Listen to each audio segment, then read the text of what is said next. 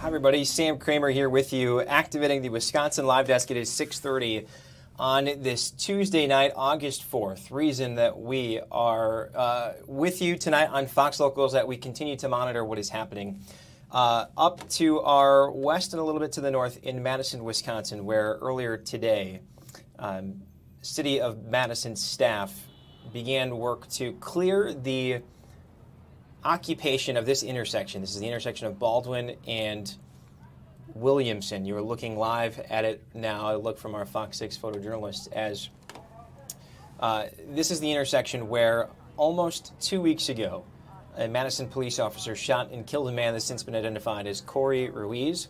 You may remember police, at least according to Madison police, that they were called to respond for a man who was accused of breaking into vehicles in this area. They saw a man on a bicycle take off through people's backyards in the area. They later found him around this area, which is where video was recorded of those 4 officers working to arrest him. They tried using a taser. That did not work. And they say that the man then used a knife and actually injured an officer. When that taser did not work, the injured officer used his firearm, opening fire on Ruiz, shooting and eventually killing him.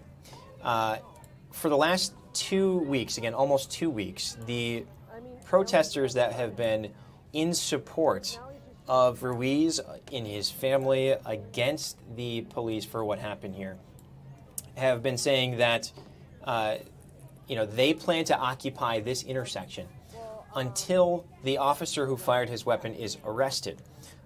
Certainly, we don't know if that is guaranteed. What is happening right now is that the State Division of Criminal Investigation, that is the investigative body housed beneath the Wisconsin Department of Justice, is currently handling this investigation. It is not Madison Police when an officer uses force, in this case lethal force.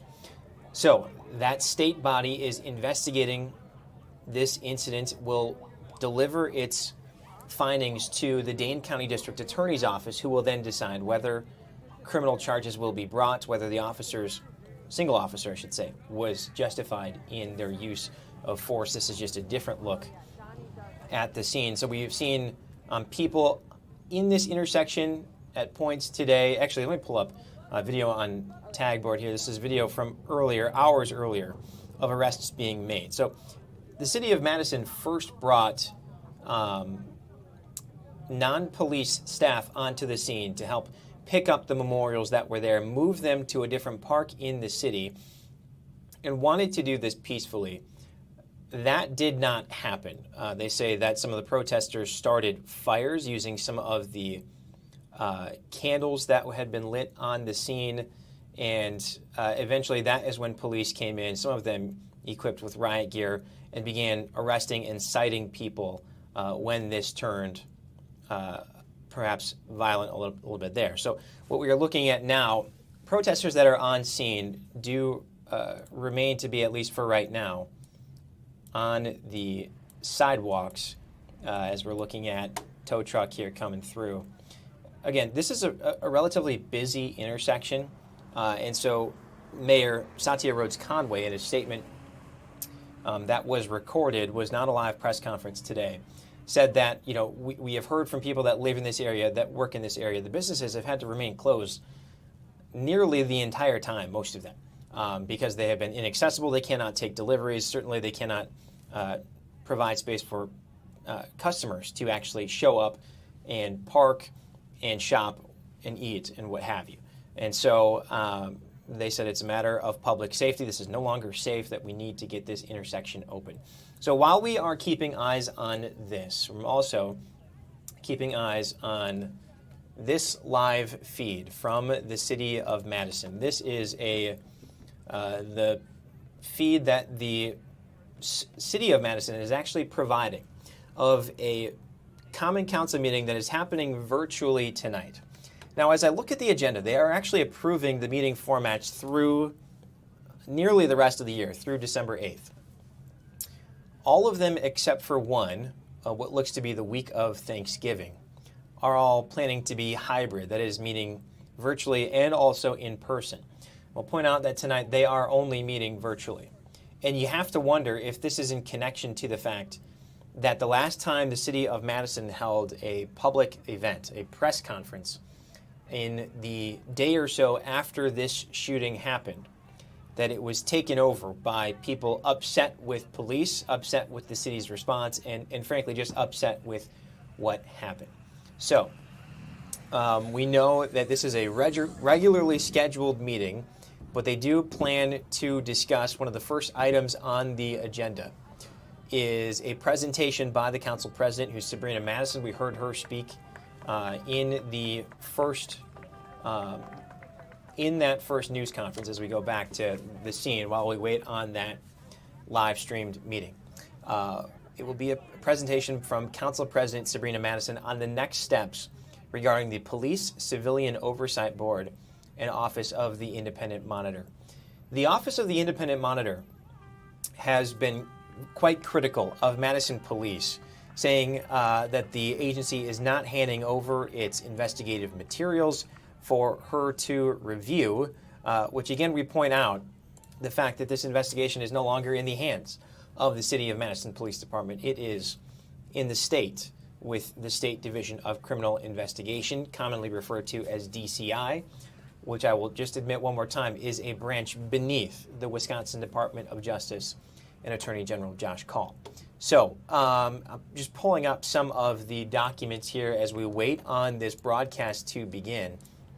And what we're looking at is another live feed from one of our photojournalists in the area. You'll notice the businesses there, Cool Things Vintage Clothing, Rick's Old Gold appear to be closed. There's a bar here. The corner bar appears to be closed. We know one of these businesses had been allowing some members of the press to come in and use the bathroom, but certainly aren't open for business, not expecting customers to be arriving today. So as I'm looking through some of the elements here of what will be discussed as part of this agenda item, I'm not seeing any presentation that is publicly available. I'm seeing a number of PDFs attaching public statements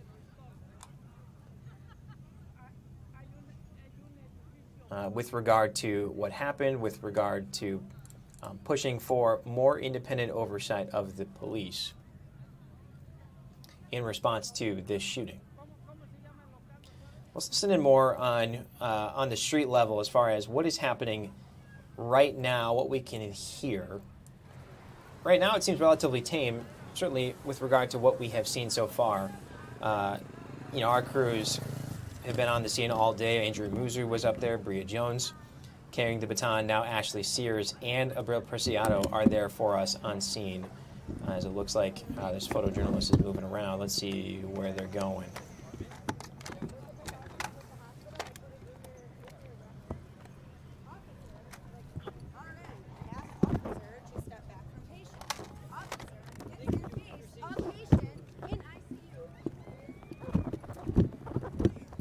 Okay, so they are crossing the street. Not sure if they're getting a different vantage point here, if they're going to talk to somebody.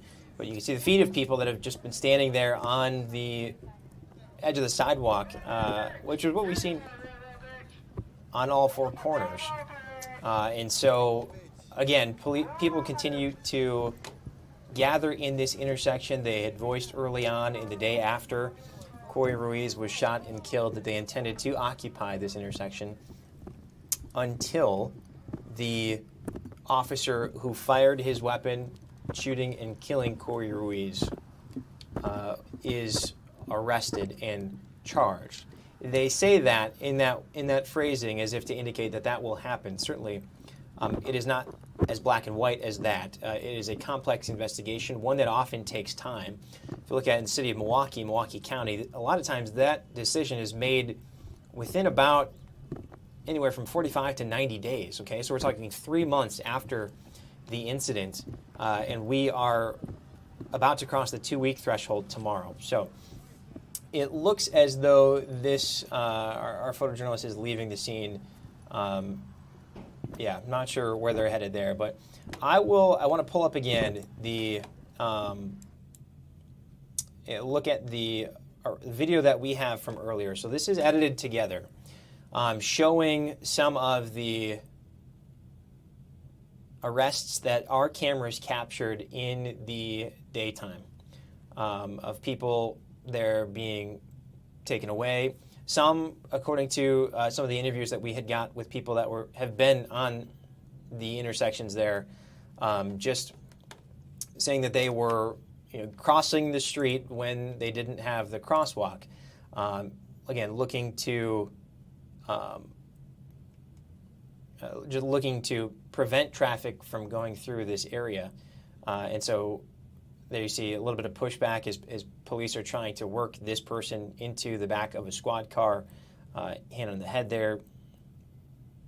We don't have audio of this. Let me see if I can pull this up. Yeah, no audio on these videos.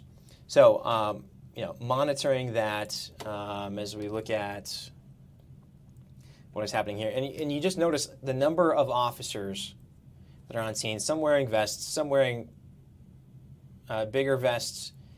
Later on, and this is the beginning of this video of the police taking this guy into custody, and then replaying there. So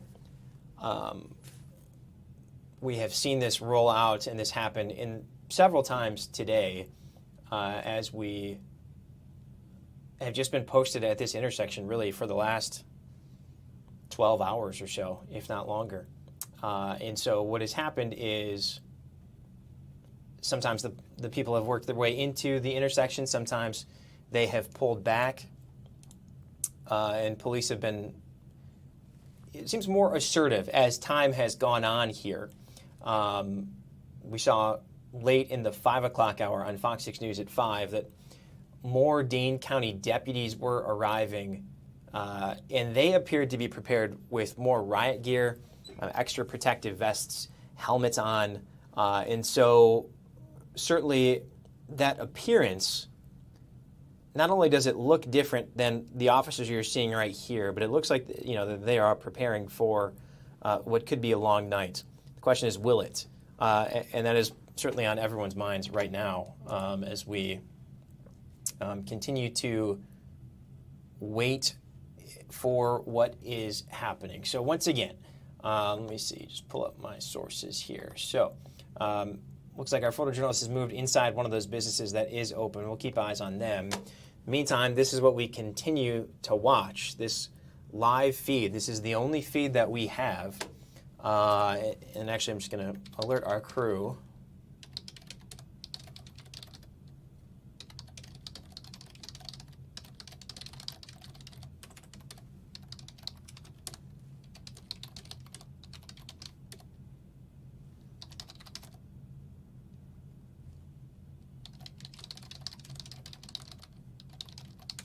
Jen, if you can hear me, can you see if you can get any more video on Tagboard that we can show? Copy that, thank you. So I'm chatting with our team to see if we can refresh this feed to just make sure that this broadcast, as you see there, 13 minutes late, has not already started and we haven't missed anything. I'm going to double check on my end, see if I can see.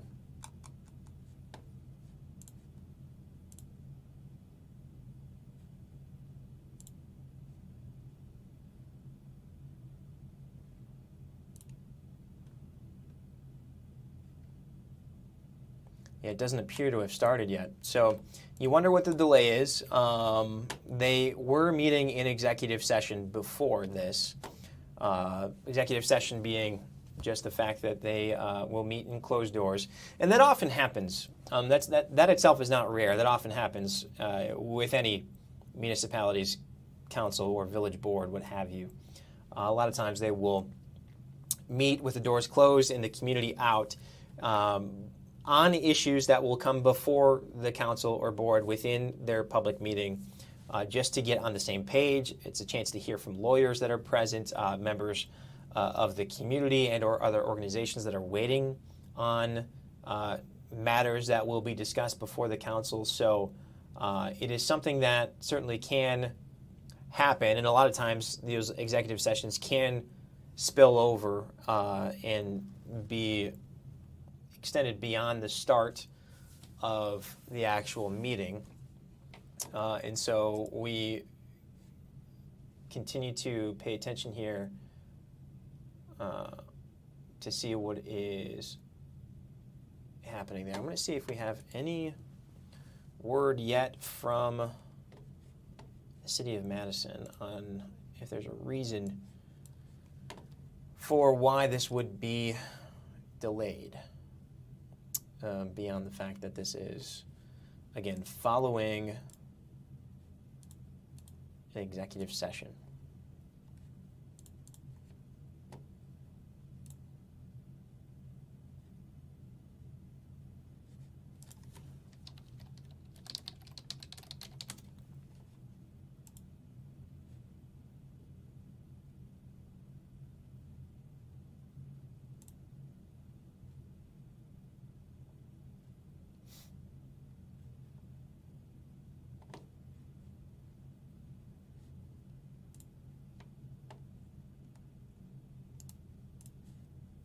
Not seeing any official statements just yet, but certainly that has been kind of the norm of the day as we wait for this meeting to begin officially out of Madison. Okay, so I'll go back to this video we have here. This was earlier. This was clipped from the Wisconsin Live Desk, which is on from noon to 4 as we had crews in the area, actually at this intersection, virtually all day. And so for, whatever reasons there, police deciding to put this man into handcuffs. You can see him kind of giving officers a bit of a hard time as they try to work him into the back of the squad.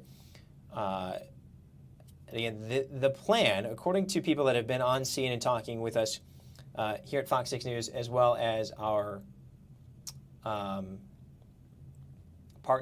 news partners at WMTV 15 News in Madison, said that the plan was to do this at 7 in the morning. It was to clear out the encampment, move the items, the candles, what have you, the keepsakes, to a different location, a park that is in the area.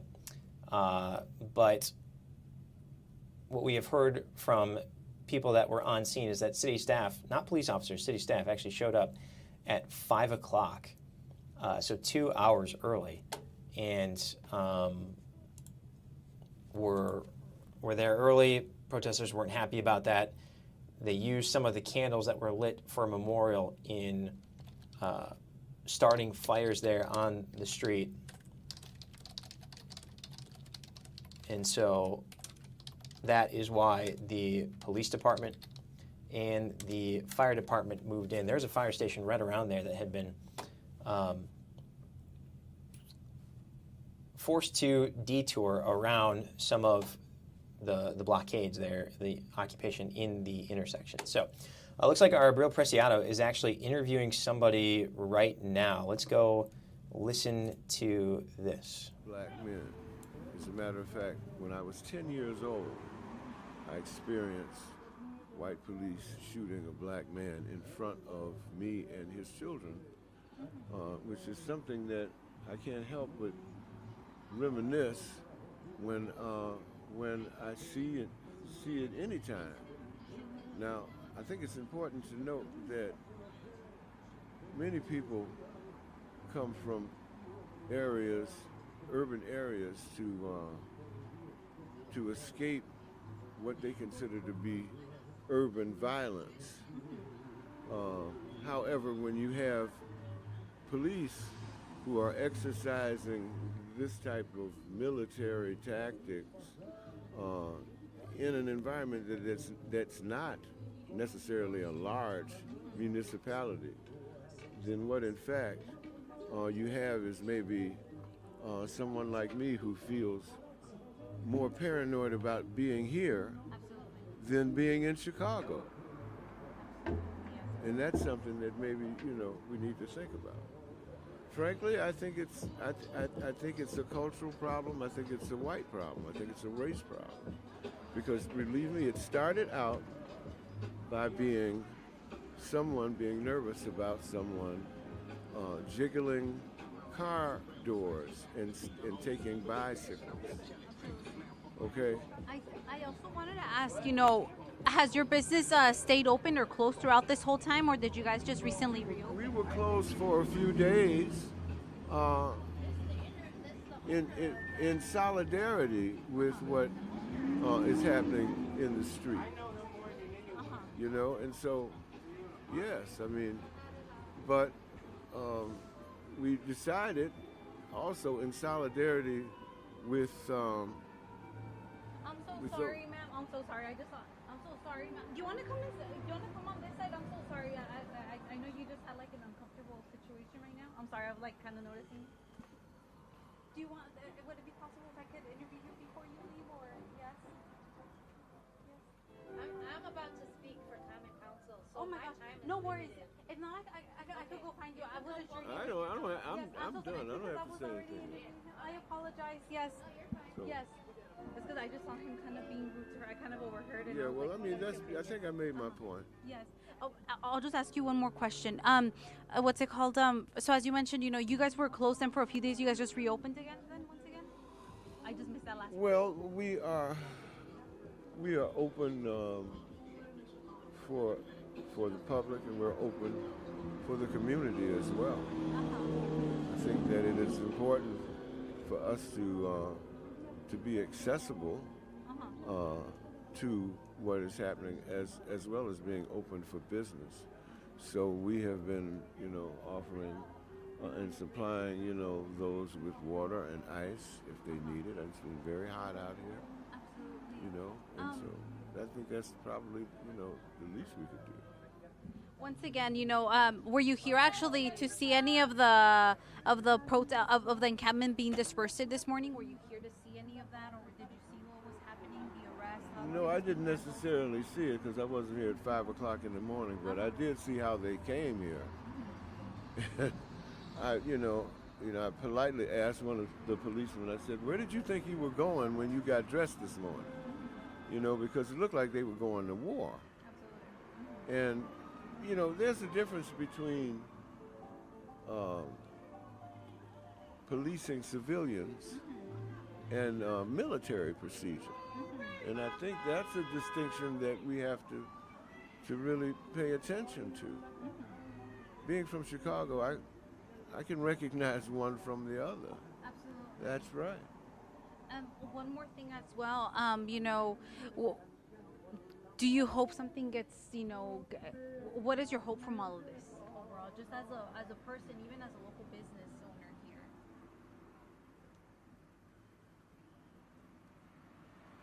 I'm hoping in my lifetime that I can see an even sense of justice for everyone in this country. But I'm afraid that we have to come to grips with a great reality about the origins of this country and the method in which we provide services to those who are minorities. But I don't know if that will happen, but I hope that it will happen. I tell my children, my sons and my 7 grandsons, that they should live to see it, even if I don't.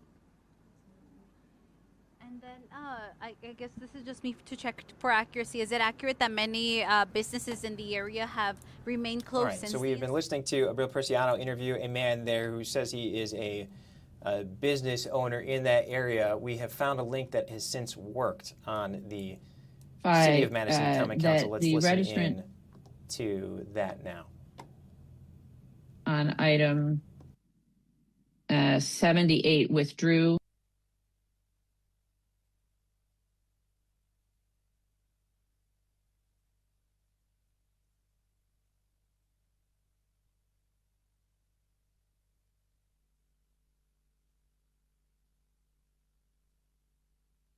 Minutes, please go ahead. Okay, thank you. Hi, I'm Jinx Recchio, resident of Madison, and the justification for moving of certain funds reflects yet another instance of the city not valuing its constituents or hearing their asks. So two of the departments who had carryover balances that are being used are libraries and public health. I'm a library member and have had amazing experiences with the employees there and have seen them offer compassion and thoughtful services to everyone in our community, including our homeless neighbors. Public health funding is also being distributed to the other departments. And that public health funding could instead be used to help major causes of homelessness, such as mental health resources. But instead, those funds are being rerouted to other departments, with the two I want to discuss being Madison Metro Transit and Police. So over this last year, there have been multiple instances of bus drivers refusing to work overtime that they're normally expected to work. They're severely understaffed and don't receive proper support. Madison Metro is also extremely over budget, and a large portion of the funds being moved are going towards Madison Metro. My issue is that when looking at the projected Madison Metro budget and uses of the money, they cite they'll be going towards supplies and purchased services from contractors. They also cite that their personnel budget is actually under by 1%. So if your public employees are making it clear to you that they're understaffed and the city is rerouting money to their system, why would that funding not go towards hiring more staff and improving pay for our city transportation workers? Then finally, the police budget is also getting money during this move. They are receiving $257 during this budget transfer. And while that may not sound like much money, I do not know of any reason that a single cent more should be given to them when they already have a whopping $98 million budget, the most of the city by far. There's also the surveillance technology report that I saw, and many of the departments are very thorough about reporting exact cameras and locations, even the departments with many cameras. And I noticed that the police department only lists vague categories, does not list the counts of cameras, and also lists that all employees are given access to the camera data, but that they are trained to not use it except for express purposes. I think there's been plenty of instances of police misuse of camera data that we already know that this is not the case. And if they already have an immense budget, do not sufficiently report their surveillance technology use to the standard that other less funded departments do, and their funds are not being used to keep people safe, then why would we ever give them an extra $257? These are both examples, in my opinion, of the city not actually hearing what their constituents want and need and represent a larger failure of Madison as a whole. Thank you. Thank you. Are there any questions for the registrant on item 80? Alder Matthews, is it a question? No, sorry. Let's just see if there's any questions for the registrant on item 80. Seeing none, then Alder Matthews, do you have a point of order? You're muted, Alder. Thank you. My point of order was to ask if we are able to move to allow the public commenters to have their cameras on when they are giving public comment. Alder, it's a relevant point, but what I'm told by our technology staff is that because we're in, I'm sorry, I'm going to get this wrong, and I might have to ask our tech staff to explain it. Because of the format that we're in is a webinar format, we're not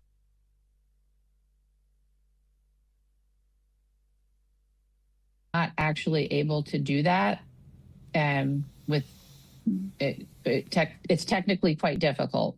It's not a regular correct. Zoom meeting. So, okay, thank you. Yeah, thank you, Alder. I appreciate the question. All right, so without objection, then we'll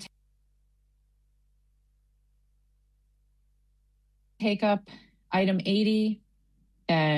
Item 80 is legislative file 94055. It's the mid-year appropriation resolution amending the 2026 adopted operating budget. You'll forgive me if I don't read all the details again. And on item 80, President Madison, a motion, please.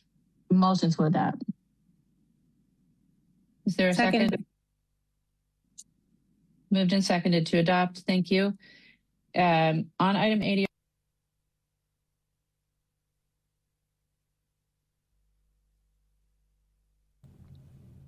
right. Other questions for staff? We're going to let that refresh, though it sounds like it's okay. We're going to refresh the link here. It seems that the connection that they are using Again, the City of Madison's Common Council meeting virtually, not in person, just virtually, for this regularly scheduled Common Council meeting. Let's go back to it. Just based off of the public comment, I was wondering if somebody either from finance or transportation could speak to what I believe the rising fuel costs and how that is impacting the additional request that's coming in here.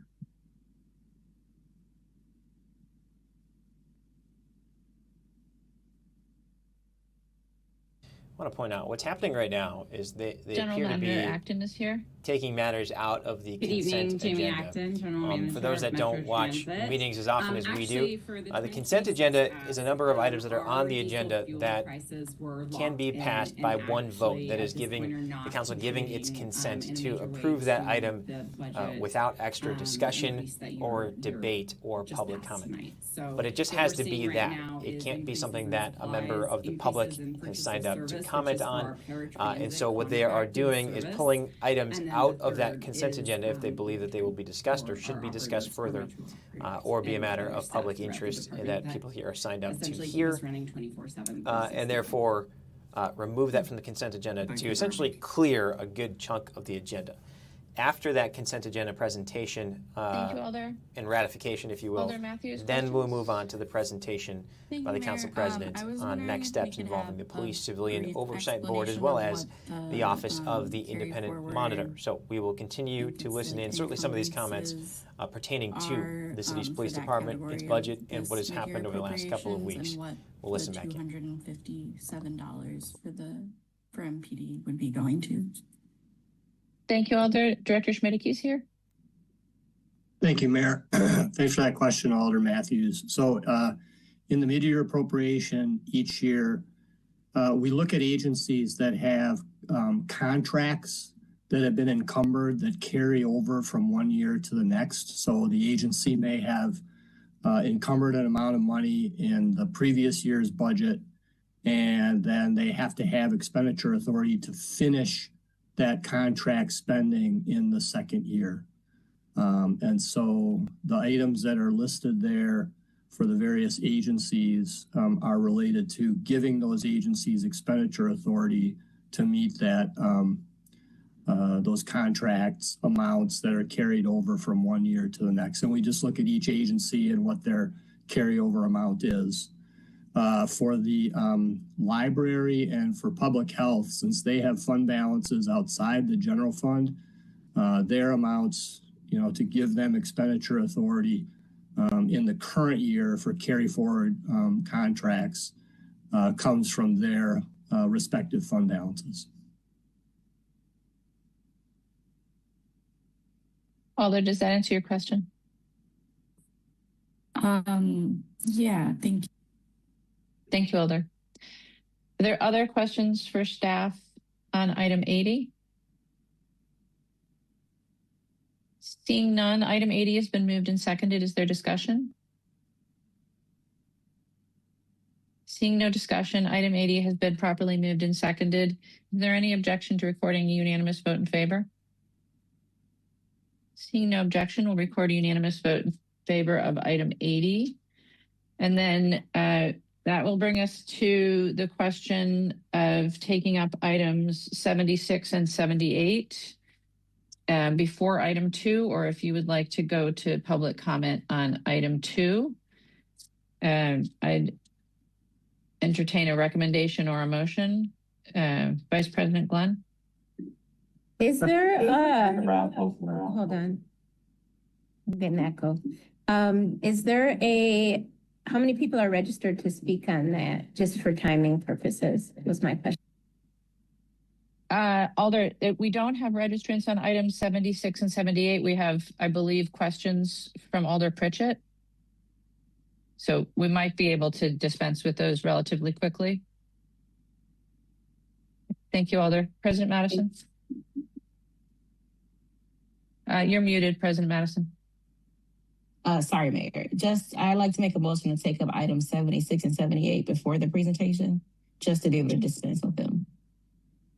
Thank you, President Madison. There's a motion on the So floor. there you hear. Again, take more up of the 76 and clerical 78, side of this Common Council, working and then through item some of the 2. items on Is the there a agenda. You second? just heard the Council President, Sabrina Thank you, Madison, Alder saying that she wanted to handle both of So, those is there any agenda objections to items, that order of 70 and business? forget the number of the other ones before they Seeing get no to the objection to that order of presentation, business, knowing then that that's we'll go to where item 76. the public's attention is. They Item want to get to that 76 item is as quickly and registered efficiently as they can. So we'll listen 94044, back in. approving the design of a site-specific public artwork for the South Point Public Works Facility at 402 South Point Road, and authorizing the mayor and city clerk to enter into a competitively selected agreement with the Milligan Studio LLC for fabrication, delivery, and installation.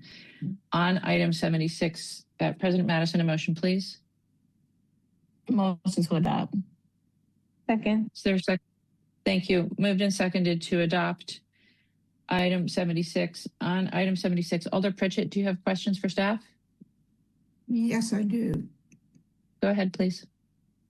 My concern is this. I'm asking for reconsideration of not moving forward on the design for both the South Park Public Works Facility as well as the State Street ramp. The rationale is this.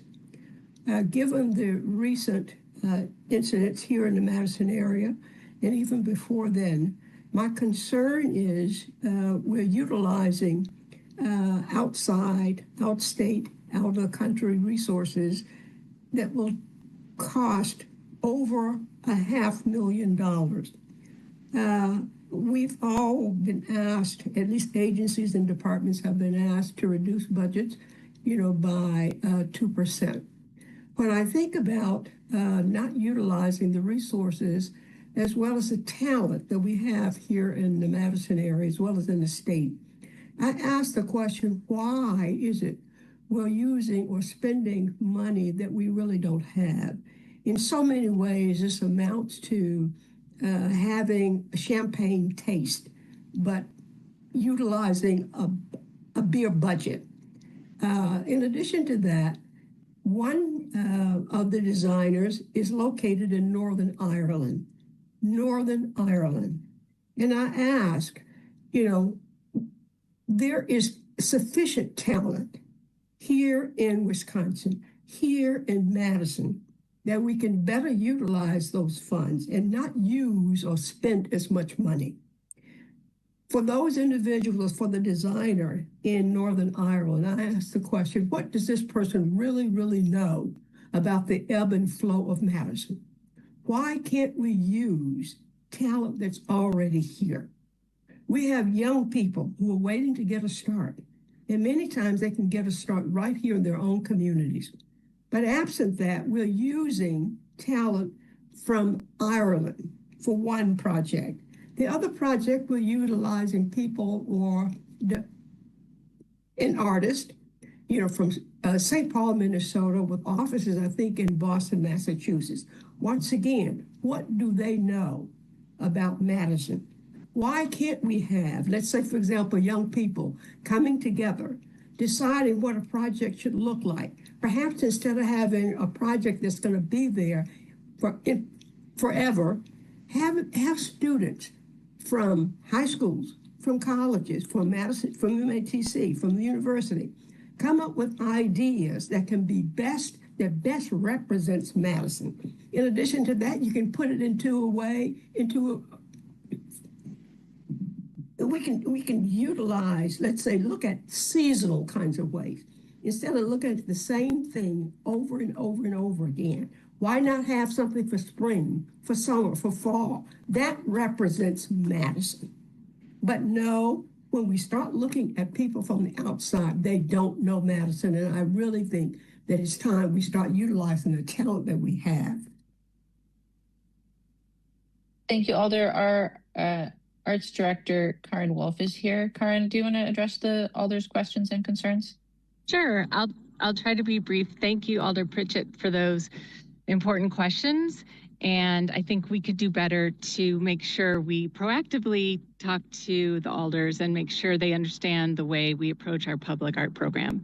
So very important that we utilize local talent and also elevate local talent. And we do try to do that. In fact, the model you just described We just completed a project at Warner Park Community Center, and I would love to share the video of how we made that project, where we utilized a local professor, and he worked with youth. It was a partnership with engineering and the school district and the UW, and we were able to complete a project that way.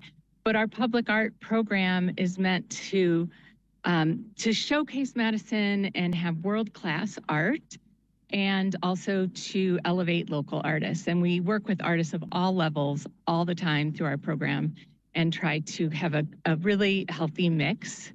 In the case of the 2 projects you talked about where the budgets are a bit higher, those do come from the Percent for Art ordinance that took citizens 30, 40 years to get through.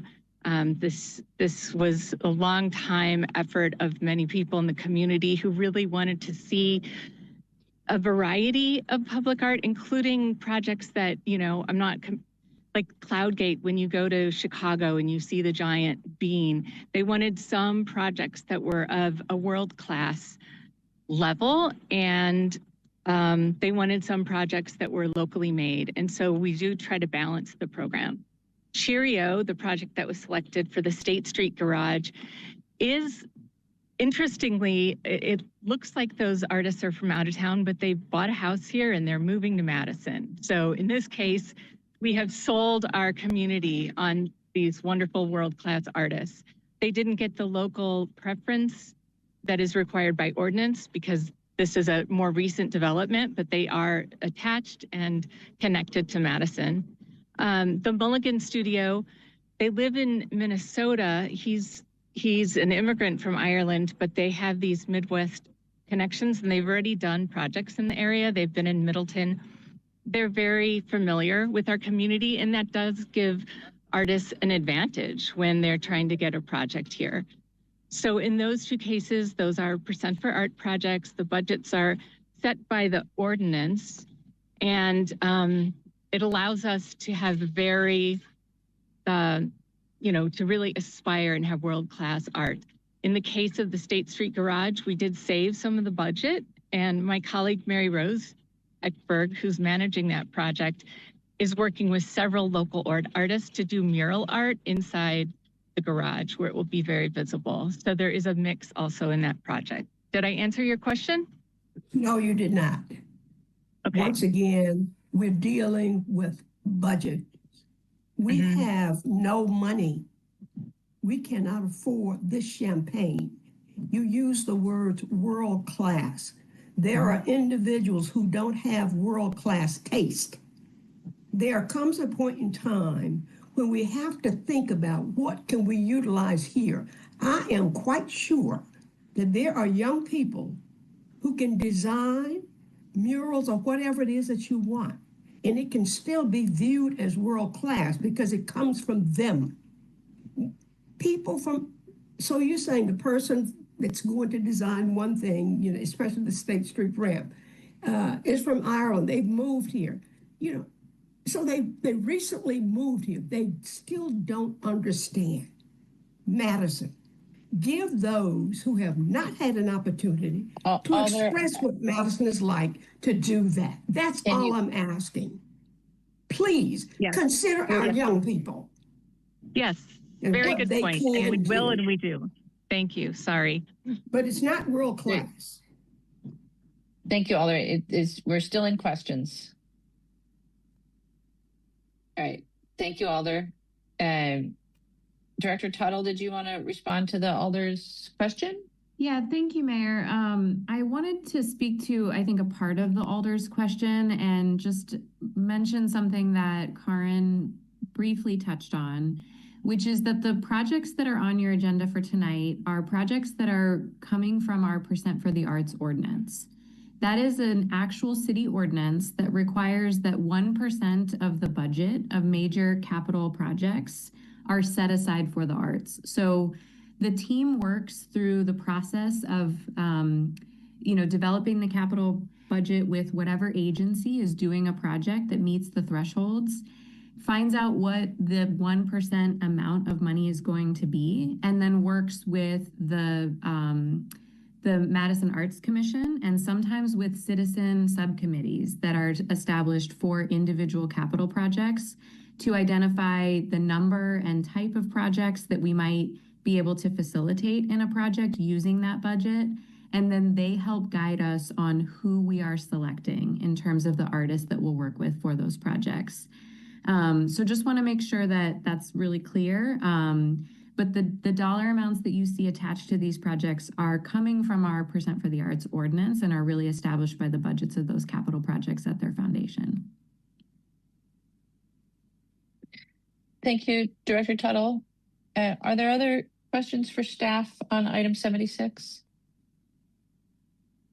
Seeing no other questions for staff, item 76 has been moved and seconded. Is there discussion?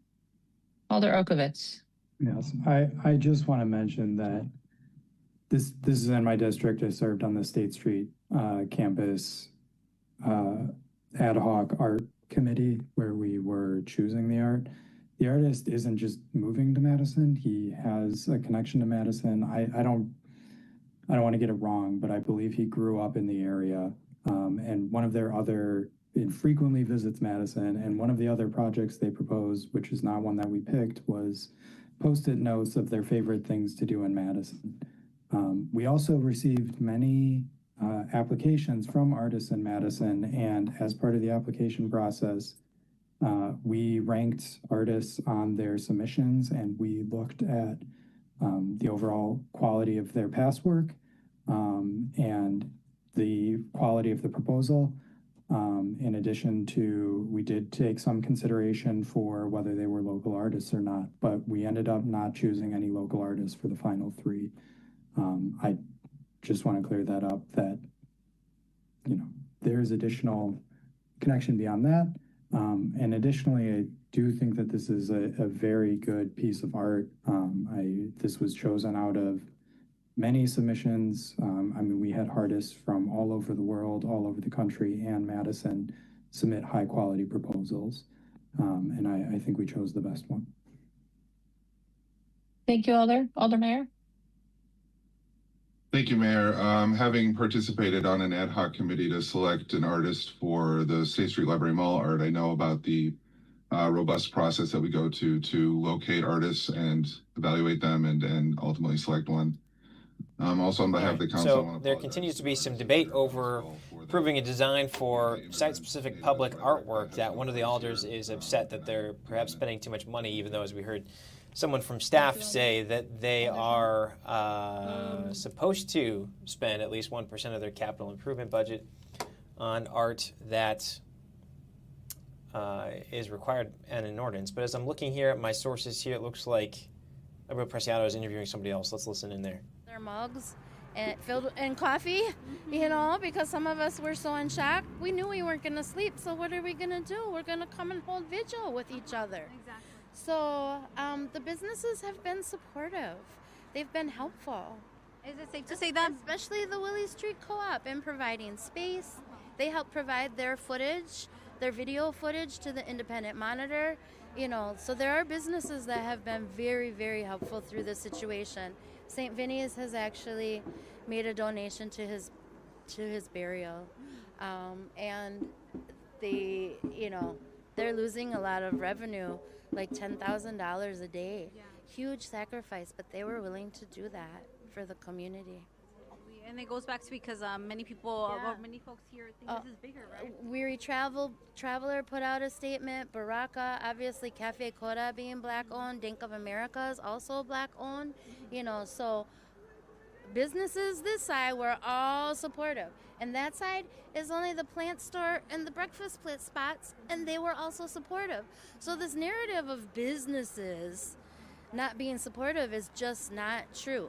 Now, was it inconvenient to not have to drive around? Slightly, but for the most part, residents were okay. There were quiet hours. They weren't always enforced because people are gonna all grieve differently. So we really were trying to help, you know, work with the community with that. And so that's why I'm really sad and disappointed that the city did not come down here themselves. And the health department does not count. The mayor's office needed to have been present. Her deputies and Satya herself. One more question as well. Is it accurate to say that since Corey's death, most of these businesses on this corridor have been closed? No. They were closed the first couple of days, right? Like they were closed that Wednesday, Thursday, Friday. But then we made sure last week to make sure that, you know, that they could start opening. You know, people were sometimes sitting in front of the hatch, and I can't remember the one next door, you know, but as community members, we would urge them, you know, we really want for them to get some business, and they understood that. So all it took was some mediation, some communication. This whole thing could have been avoided with some mediation and communication. Thank you so much. I think ahora sí ya te dejo ir, yes. Thank you so much. Do you think they'll give me permission to go inside too to get video? Yes, okay. We're just gonna get. All right, so we are keeping an eye on that. Also keeping an eye on the Common Council meeting in Madison. Let's check back. Legistar 94047 approving the design for the State Street Campus Garage Hawthorne Court % for art project. We have already discussed this, but we do need to properly move and take it up. So a motion, please, on item 78.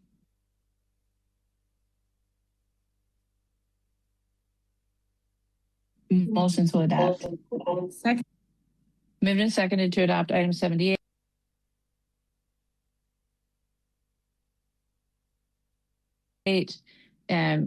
Alder Pritchett, did you have additional questions? No. Thank you, Alder. So on item 78, are there any questions?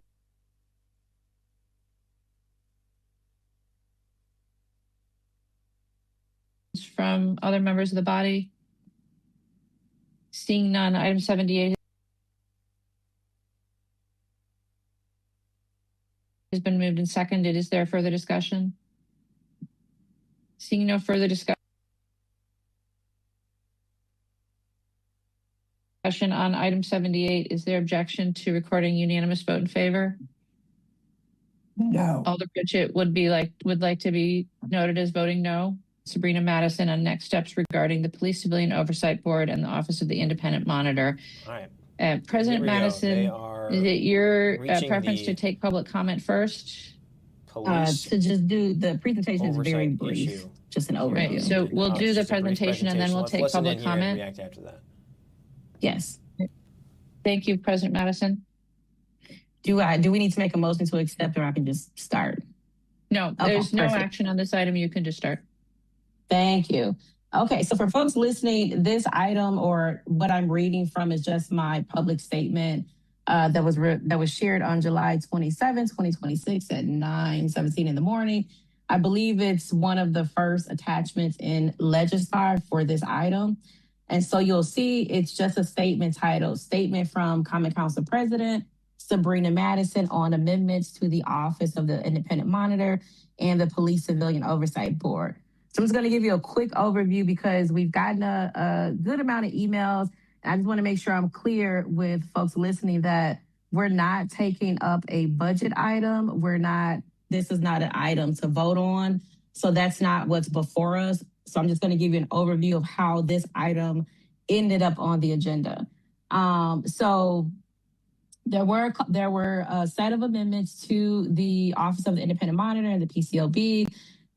Through some back and forth conversations, I ended up meeting with the chair of the Police Civilian Oversight Board, Chair Meyer Pearson. We ended up having a pretty brief conversation Thursday after a press conference down at the City County building. We decided at that conversation that, we would figure out how to work together, how to come to the table, how to have a conversation. That Tuesday, I had invited NACO. NACO is the National Association for Civilian Oversight of Law Enforcement. I met with them after attending the PCOBs or the Police Civilian Oversight Board. I think it was a regular meeting, but I'll go back and double check. But I believe it was one of their regular meetings. They invited a person to present from a law group. After scheduling a conversation with her, I decided it would be a good idea for me to also meet with NACO.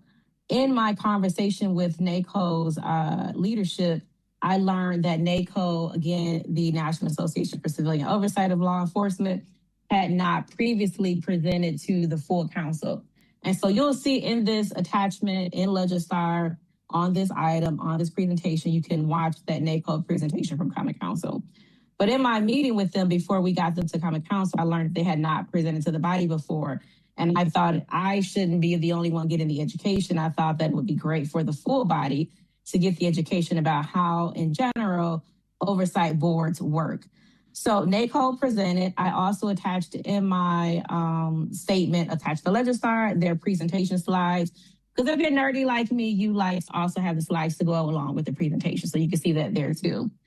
So part of the conversation with NACO, when we have presenters, they normally, sometimes there's a little bit of Q&A, and we ask some, great questions. Because we were having some conflicts here about, the office in general, I asked a question, I think just in general about, I think it was maybe another audit question I asked on behalf, but in short, my question was around what might we do in order to overcome those challenges, for example, or conflicts. And they suggested everybody basically coming back to the table or coming to the table. And so let me just see here. And I'm also using a little iPad as my second screen, so forgive me here. So NACO quoted that night, they said the reality is with the work of oversight, there has to be some level of trust or willingness to come to the table and set aside personal grievances, whatever the issues are. Otherwise, this work can just be stalled and can drastically affect the legitimacy of oversight in the city. And so I thought when I met with Maya and or Chair Pearson in our follow-up conversation on that following Sunday, I used that NACO quote and education as the foundation for our meeting. So in my meeting one-on-one on Teams with Chair Pearson, we had maybe an hour-long conversation, and we came up where there were 3 points that I walked away from. So I was going to read this word for word so I don't get anything incorrect here. So first point was the Police Civilian Oversight Board wants to ensure there is an agenda item that allows members of the public to provide comments specifically regarding the Office of the Independent Monitor.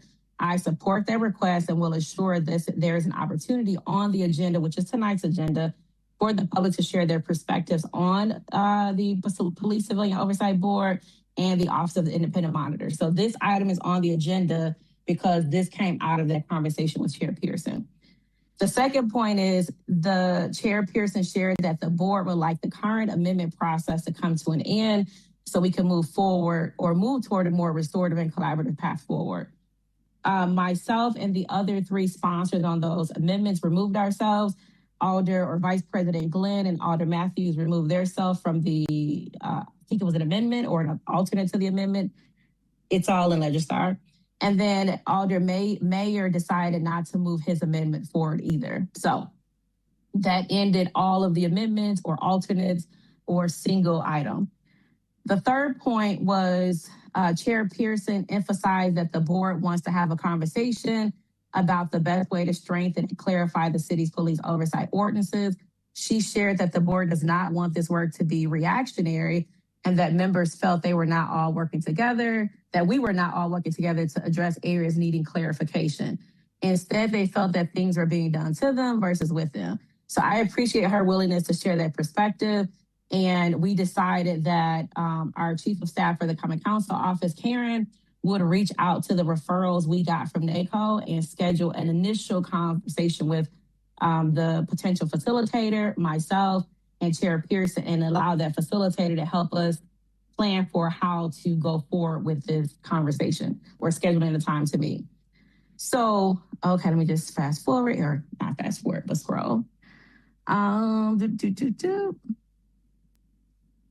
Okay, so that really wraps up. So just to reiterate or recap, the amendments that were set to come to the Common Council tonight, those have ended. They are not live anymore.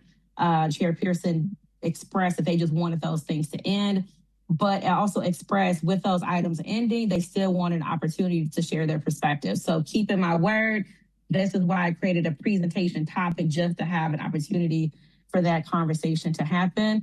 I understand the next steps based on a conversation with Chair Pearson is that Chief of Staff for the Common Council. Karen will reach out to, well, we already have their referrals. She will do a little bit of reaching out to them, schedule a conversation with Chair Pearson and I, and then it will be with that restorative justice facilitator that we would determine some next steps. So that is an update on how we got this agenda item, but I wanted to make sure I'm clear. So, because there was a lot of emails asking us to vote on something tonight, vote on a budget. That is not an item that we're voting on tonight. This is just an overview. It is keeping my word on the two conversations that I had with Chair Pearson and ensuring that they can still share their perspectives, or the public can share their perspectives, despite also wanting the amendments to end. So hopefully that makes sense. Thank you. Oh, and let me just make sure I reiterate as a nerd. This item is attached in Legistar. It's literally one of the first items. So interesting comments there from the council president, Sabrina Madison, indicating that she and a group of alders have backed off an amendment that was supposed to be voted upon this evening that would have required the Office of the Independent Monitor, which has been under some scrutiny as the interim independent monitor, Aramike Glass, has been very critical of the Madison Police Department, of what happened, has even joined protesters there. Critics of her say, why is somebody who's supposed to hold the police department accountable taking that action to effectively protest? So they have removed an amendment to ordinances that would have spelled out in a memorandum of understanding an open records agreement for the independent monitor to have access to Madison Police Department records. So that they don't want to do that at this time. They actually dropped the amendment altogether. So from there, though, it also allows the public to comment on the independent monitor. And so that is happening right now as the mayor spells out the rules here of public comments. But if you want me to try and enforce the rules more strictly, I'm not seeing any desire for that. So, but you could make that request of the chair if you wanted it. So I would say then to folks that are here for public comment, technically the item before us is about the Police Civilian Oversight Board and the Office of the Independent Monitor. And we would encourage you to keep your comments on that topic, but if you stray, we're not going to cut you off immediately. Again, 3 minutes. I will try and announce 3 names at a time so people can get ready. I understand there may be some people that are sharing a camera at the Social Justice Center, or sharing a microphone, I should say, at the Social Justice Center.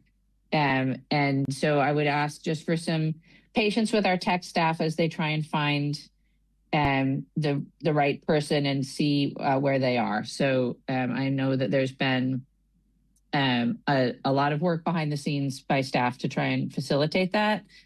I will say that just because folks that are calling in not from that location are not able to turn their cameras on, we'd like to maintain that consistency for the folks that are all in one place together, and not have them be on camera either, just in fairness to the public comment that's coming from other places. So our first registrant is Amelia Royko-Maurer of Arena, Wisconsin, to be followed by Karen Chacon, to be followed by Steve Verberg. Do we have Amelia? I see Nathan, but not Amelia, Mayor. Should I let Nathan? Yes. Nathan is registered later. So let's go to Karen or Karen Chacon of District 6, to be followed by Steve Verberg, to be followed by Helen Louise Mills. Do we have Karen or Karen?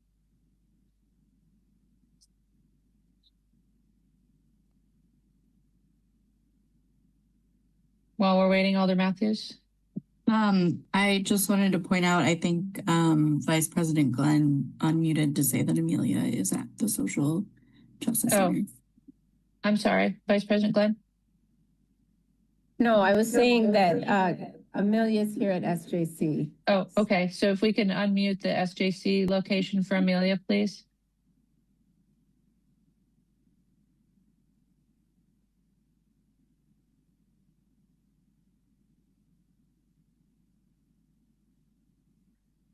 Hello. Yes, please go ahead. This is Amelia Royko-Mauer. I am co-founder of the community response team. Polly Heenan, my roommate and close friend, was killed by police in front of my home on South Baldwin Street, 2 blocks from where Corey was killed, and that was back in 2012. What I saw over the last 24 hours occur on the corner of Baldwin and Williamson Street was horrifying. I see a city that has sunken. I see leadership that is Machiavellian. I see people grasping to remain powerful and relevant for the spring election. I see a city attorney who is out of control and giving bad information. A city attorney whom we've corrected, I don't know how many times, by going to legislative counsel, who gives bad counsel and operates solely as a risk manager. I saw a video of the independent police monitor being attacked by police officers. I saw blood on her hand. I cannot believe what I'm seeing. My grandparents emigrated to this country last century. I've lived here all of my life, and I just can't believe this. What I saw this morning and today was akin to right-wing authoritarianism. You all look so desperate. What I just saw on the street corner was the number of people was easily a Tuesday afternoon in Michigan Avenue in Chicago, and you have 1 cop per person. Clearly, you have too many cops in this city. I am asking you to fully fund the Office of the Independent Monitor and the Police Civilian Oversight Board with a minimum of $1.3 million. I'm asking the police department to stop whining about it. Do you ever see people whining about the National Transportation Safety Board reviewing transportation catastrophes? This is unprecedented, this baby act. Stop acting like babies. Oversight is normal. I am asking the council to fully cooperate with the independent monitor investigation into the killing of Corey Ruiz. All evidence, records, footage, and personnel access should be provided immediately. You have 30 seconds. Why you're avoiding it, I'll just 2 words, Richard Johnson. Council, we're asking you to order the chief now and the police and the mayor to order the chief now to hand over those records. There's no state law that forbids it. There's an ordinance that requires it. Do your jobs. All use of force recommendations and ad hoc committee report. And that's time. That's your time. Thank you very much. Our next registrant is Karen Chacon of District 6, to be followed by Steve Verberg, to be followed by Helen Louise Mills. Do we have Karen? Can you hear me? Yes, please go ahead. Just a moment, I have to pull up my notes. Okay. My name is Karen Chacon. I am a 60-year-old white female named Karen living in Madison, Wisconsin. I want to thank the City of Madison Council for perpetuating and reinvigorating the Karen meme. It's been lovely to be a Karen lately. I'm here about item 2, file 94186, regarding the future of the Office of the Independent Police Monitor and the Police Civilian Oversight Board. I am here because an MPD officer killed Corey Ruiz. I live 2 blocks from where Polly Heenan was killed in 2012. I have worked with disenfranchised and marginalized youth for 35 years. I want to thank the council for affording me 3 minutes of your time to share what I've learned. Due to time constraints, I'm choosing one situation that I experienced directly, which I think supports the need for more oversight from our community. I was a teacher at East High School for 16 plus years. Some months before Tony Robinson was killed, there was a situation at East that required the ERO to arrest a student. Due to safety concerns, other police officers were present. The ERO at the school had earned the trust from the students, and she was removing a student with no major conflict. I was present to de-escalate students who had gathered. Most students left the area at our request, and some remained. One student was yelling MPDK. One of the officers who was present had previously served as the school ERO. He had been removed due to student concerns regarding his temperament and staff concerns, myself of which was one. This officer said he felt threatened by the letters MPDK. The ERO informed him she did not feel threatened, and said to proceed to arrest the student without engaging the student yelling MPDK. I need to digress here to when this officer was the ERO. There were several students and staff who expressed concerns regarding interactions with him.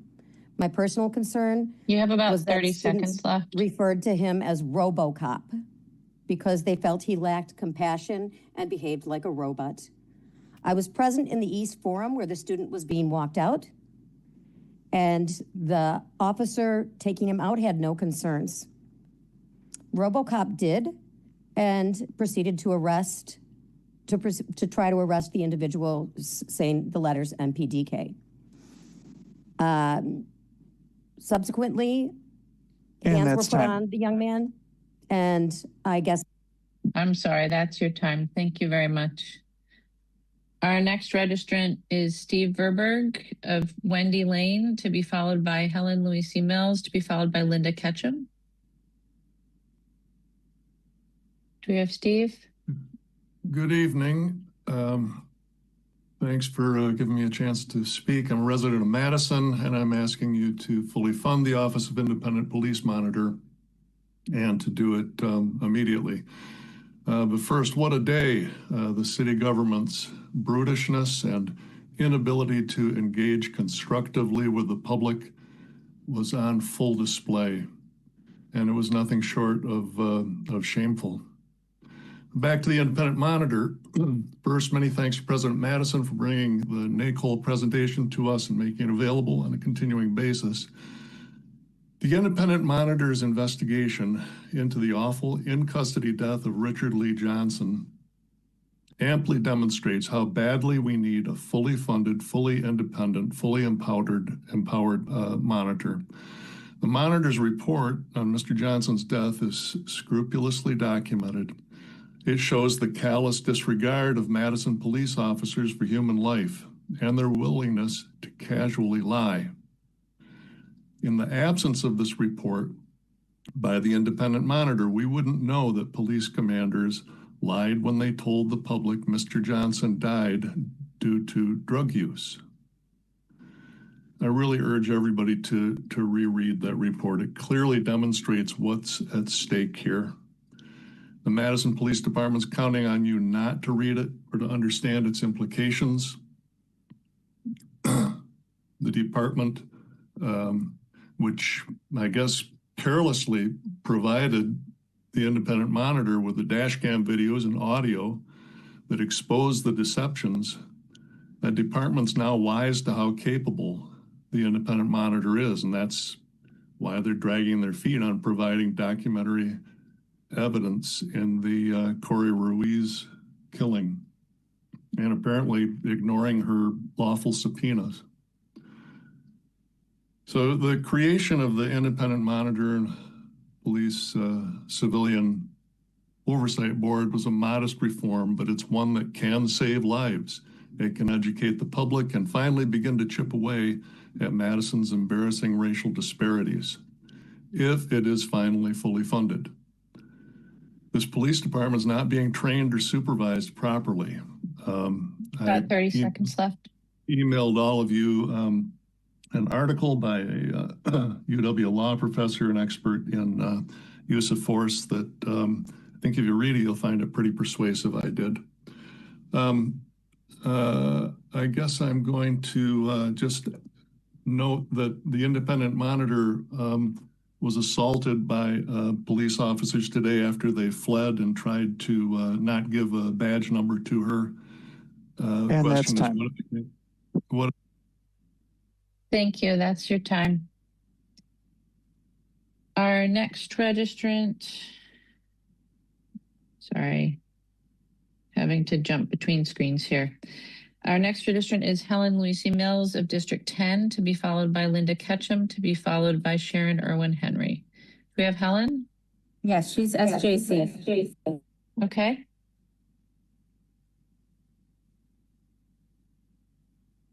Go ahead, Helen. Hello, can you hear me? Yes. Thank you. Yes, go ahead, please. My name is Helen Lucy Mills. I live on the west side. Figueroa Cole is disappointingly my alder. I have been living in Madison for 26 years, and every few years is a great article written by an amazing Black man reminding white people how crappy they are and how crappy this city is. I'm using my polite words, Mayor Satya.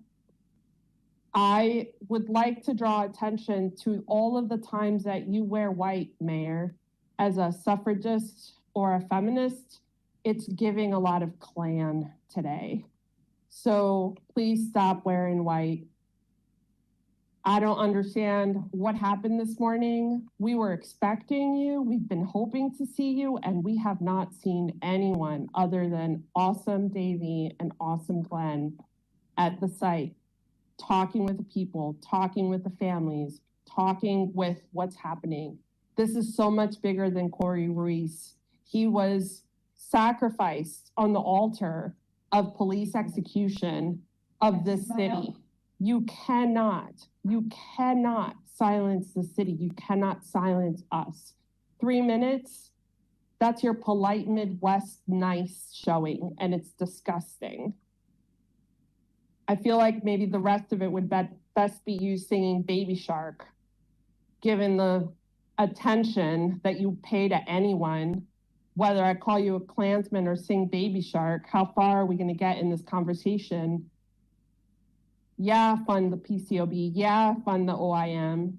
But have actual meaningful conversations. How are we supposed to build trust with this? How are we supposed to build trust with this? How do you come back from this? How do you come back from this?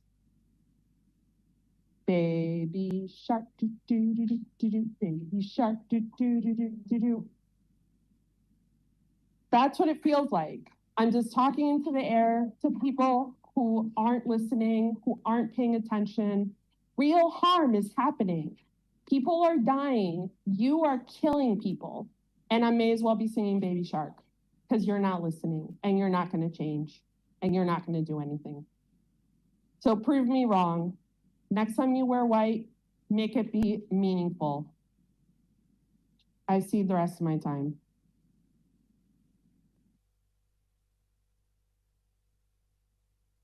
Thank you. Sorry, I'm having some technical difficulties over here, but I think I got it sorted. Our next registrant is Linda Ketchum of District 14, representing Just Dane Incorporated, to be followed by Sharon Irwin Henry, to be followed by Lindy Pigeon. Do we have Linda? I don't see Linda.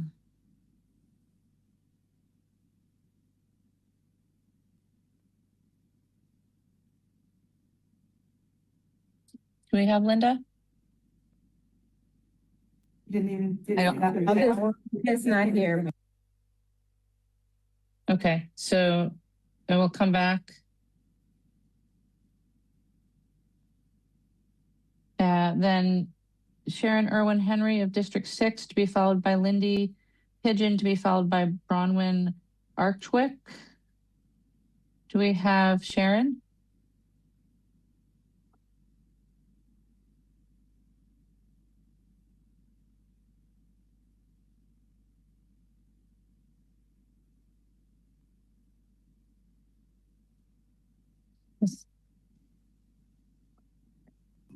Is that the right Sharon, Mayor? No. This is Sharon. Sharon's at SJC. Sharon?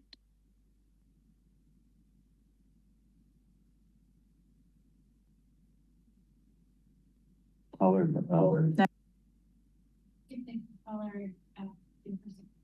on. We're live. Sharon Irwin is not here at SJC. Okay. Thank you very much. Then we'll go to Lindy Pigeon of District 18 to be followed by Bronwyn Archwick to be followed by Devin Snyder. Can you hear me? Yes. Hi, I just want to say I prepared this before I seen all that crap that you threw out today there, Satya. Good evening. My name is Lindy Pigeon. I've lived in Madison for about 40 years. I am here today to speak on agenda item 94186 because I believe strengthening the Office of the Independent Monitor and providing greater authority to the Police Civilian Oversight Board is an important step toward meaningful accountability. Over the past 4 decades, I have both witnessed and personally experienced racial profiling, what I believe to be improper investigative practices. For example, an officer looking in my daughter's window while she was getting ready for school, and behavior that I found to be juvenile and unprofessional from members of the MPD. Those experiences have affected my trust in the system that are supposed to protect all of us. Now, after the latest police killing, our community is grieving once again. Families are mourning, neighbors are hurting, and trust has been damaged even further. Accountability cannot stop with individual officers. It must also extend to department leadership, the mayor, and city officials who are responsible for ensuring meaningful oversight and public trust. Supporting the Office of the Independent Monitor with adequate funding and strengthening the Police Civilian Oversight Board are not anti-police measures. They are pro-accountability, pro-transparency, and ultimately pro-community. Strong oversight benefits everybody.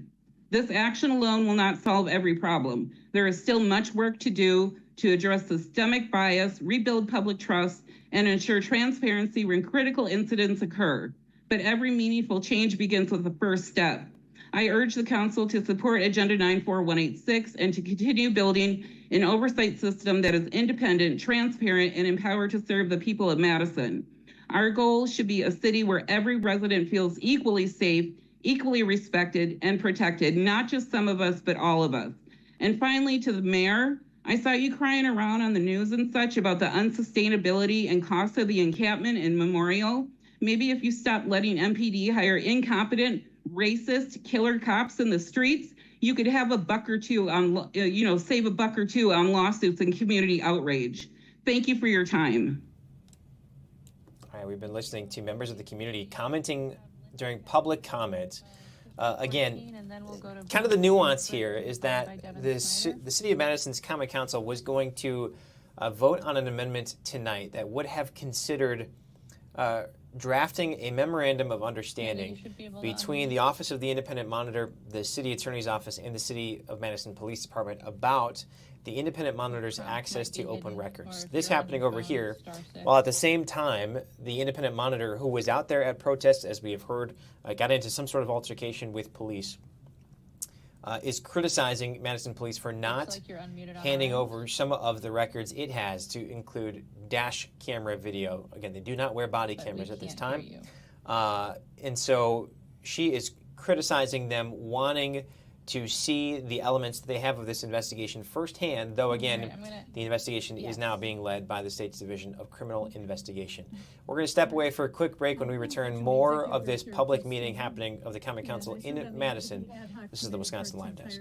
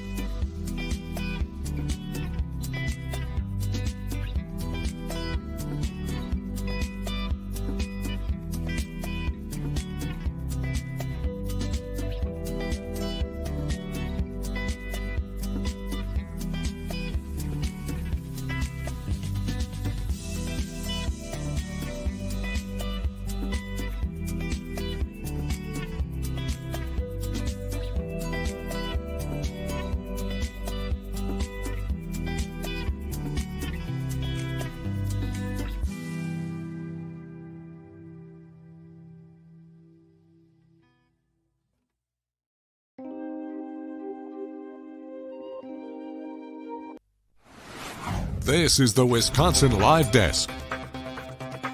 Hi everybody, Sam Kramer back with you here on the Wisconsin Live Desk. As you see there on the graphic, Madison Common Council meeting right now. In one of its agenda items, this was a normally scheduled meeting.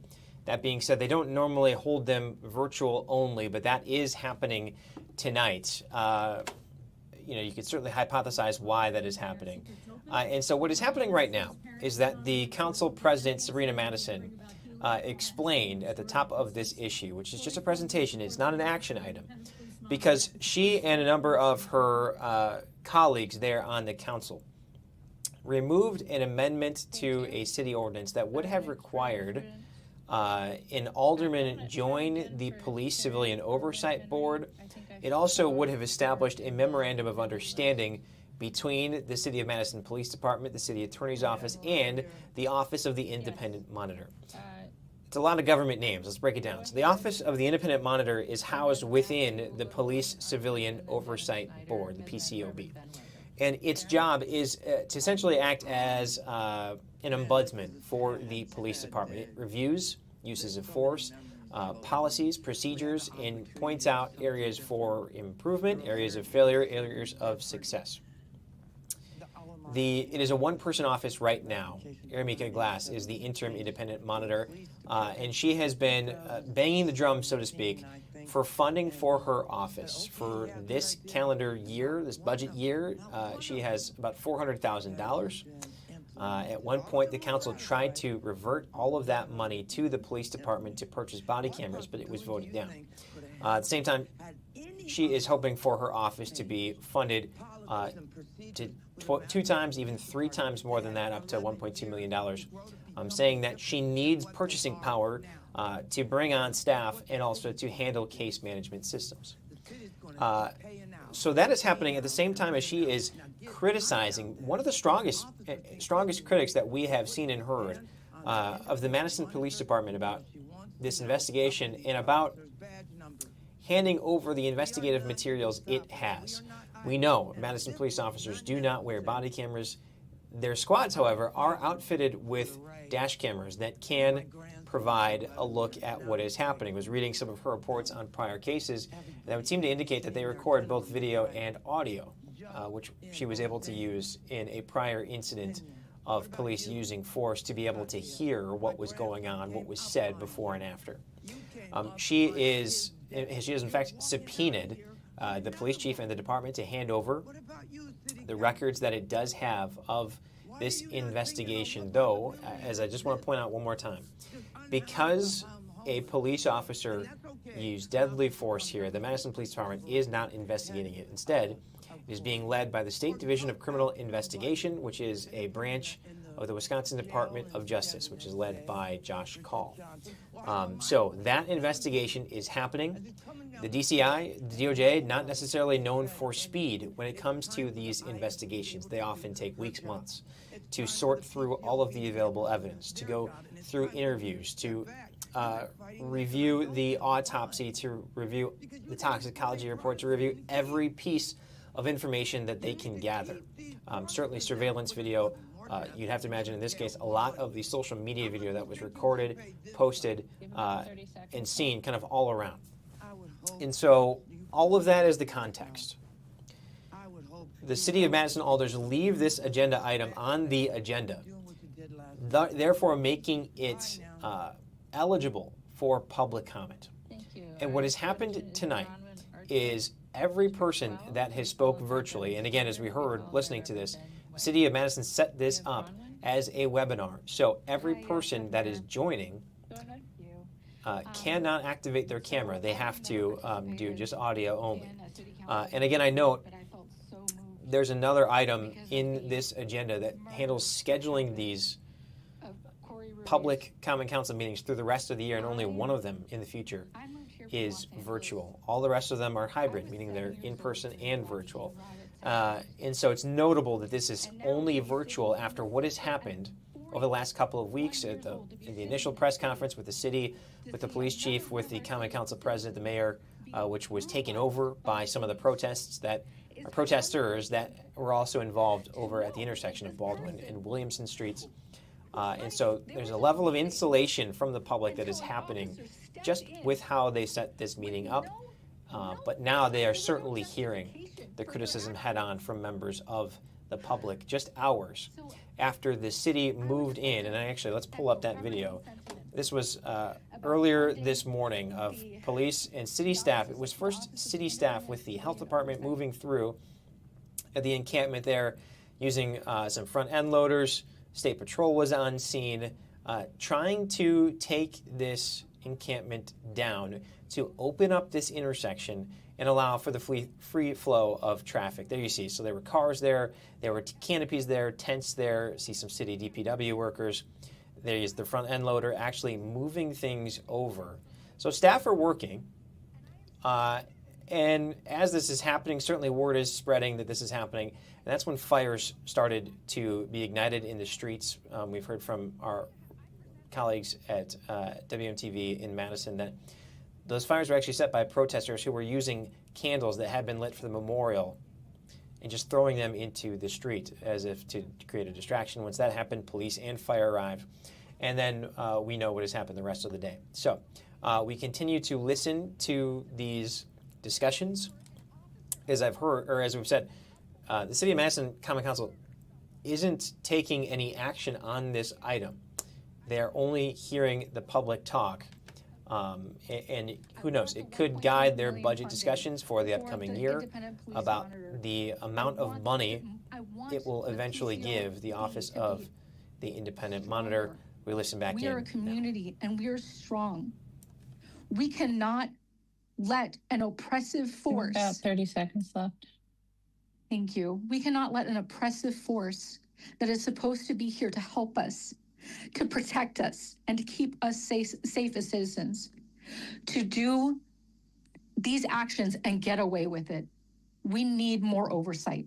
I urge the council, I urge you, Mayor, to please fund these offices. It is needed. Thank you. I cede my time. Thank you. Our next registrant is Devin Snyder of District 10, to be followed by Reverend Ben Weger, to be followed by Denis Livingston Detienne. We have Devin? Mayor, I don't see Devin. Oh. Yeah. Devin at SJC? Yes. Yeah. All right. My name is Devin Snyder, and I'm a Black resident, as well as I serve on the Police Civilian Oversight Board. And I want you to hear me loud and clear, since you can't see me because you made this meeting virtual. The Police Civilian Oversight Board and the OIM provides functions that are essential to achieving racial and social equity in this city. Today, I was tear gassed and hit by Madison Police Department while ensuring my fellow community members were safe. The independent monitor was assaulted by the police. So when you hear us here today and you hear all these stories, this is our livelihoods. This is our everyday life. This is our experiences with the police. And so that's why someone like me joined this board, because I understood that if I want to have actual change, I have to work directly with the police. But you guys have been refusing to work directly with us. And what I saw today, the disregard of property, the disregard of Black lives, community members mourning over excessive force, and then you, Mayor, come in and use excessive force on us community members? So I'm requesting 1% of Madison Police Department's budget, which is $1.3 million. I'm also requesting all records from Madison Police Department given to Mika so she can actually do her investigation. And 3, I'm calling on the resignation of the mayor, because you have shown time and time again that Black lives do not matter to you, and you are detrimental to our lives, and your policies are not helping us. I'm done. Okay, strong words there from Devin Snyder, a member of the City of Madison's Police Civilian Oversight Board, who said today a little bit what we had just gone through, that the interim independent monitor, Uramike Glass, he says was assaulted today by a police officer. He said he was pepper sprayed, tear gassed, in criticizing the city's response to the occupation of that intersection, even going as far as to call for the resignation of the mayor, Satya Rhodes Conway. We're going to step away for a quick break. We'll bring you right back to this meeting on the other side.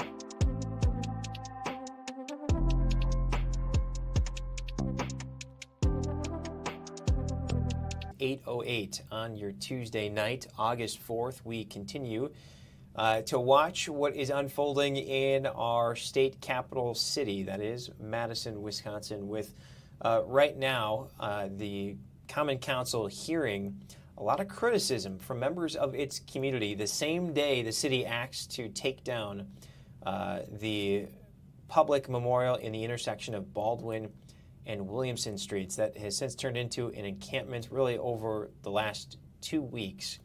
And they tried and had discussions, negotiations almost, if you will, with people that were involved with that, ultimately deciding today to bring in city staff that at times did turn a bit heated with emotion. So we go back in, listen to the virtual meeting happening now of the Madison Common Council. We'll go to Lindy Pigeon.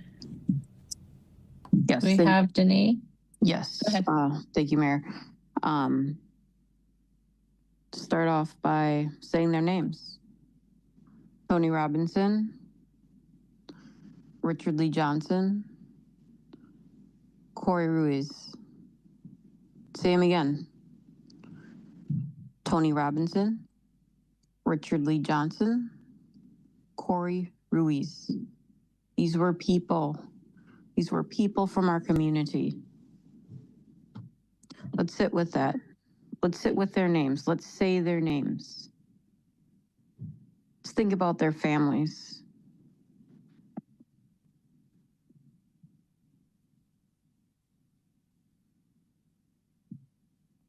We talk about Madison being a performative city. And I ask tonight that we move beyond that performance. Listen to the people, fully fund what independent monitor Glass and her team needs, and hand everything over to her to complete the investigation, along with any other investigations. Again, I'll end with saying their names. Tony Robinson, Richard Lee Johnson, and Corey Ruiz deserved better. They deserved better. Thank you. Thank you. Our next registrant is Lindy Pigeon of District 18, to be followed by Todd Callister, to be followed by Karen Craig. Hello, can you hear me again? Yes. Hi. I just wanted to second what the gentleman from the Independent Monitor said, suggested to you, Mayor Satya Rhodes Conway, that you should just go ahead and resign, get a job with the Metro. You love it Lindy, so much. I'm sorry, you already had your 3 minutes. That was my mistake. So our next registrant is Todd Callister of District 6, to be followed by Karen Craig, to be followed by Gabriella Jenick. We have Todd. Is Todd with SJC by chance? Because I don't see Todd otherwise.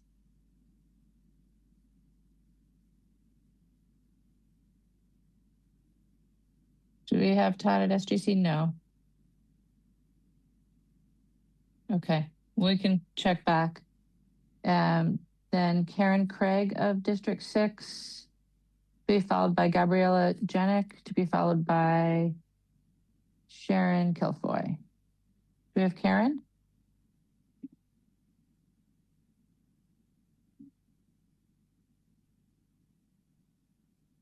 Karen Craig? Yeah. Hello. Yes, go ahead. Okay. My name is Karen Craig. I live about 3 blocks from Baldwin and Willie. Our neighborhood has been repeatedly traumatized by police killing our neighbors.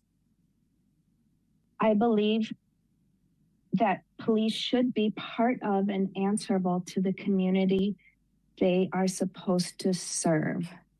Many people think that the police are here to keep us safe and to serve and protect us. However, I believe that the police are making our community less safe. At this point, I think everyone should seriously hesitate to call the police for any sort of problem. How can we trust them to help protect or serve the people in our community? I imagine that whoever called the police because of what was going on with Corey Ruiz is in shock that their call ended up with a member of our community murdered in the street. Ideally, we'd have grandmas from every community in the city in charge of making sure the police work for us, for our community. Absent that, we need to fully fund the independent oversight. How can we expect the police to serve us with the enormous budget that we have somehow given them? The OIM and the PCOB must be fully funded. This 1% number that is apparently $1.3 million, 1% really of this enormous budget, that seems extremely reasonable. Maybe more would make sense. Corey Ruiz should be alive. He deserves justice. Madison, really, we should do better. And that's all I have to say. Thank you. Thank you. Our next registrant is Gabriella Jenick of District 15, to be followed by Sharon Kilfoy, to be followed by Shadira Kilfoy Flores. Do we have Gabriella? I don't see Gabriella. Are they at the SJC conference? By chance? No. Okay. All right. So then we'll go to Sharon Kilfoy of District 6, to be followed by Shadira Kilfoy Flores, to be followed by Tristan Mills.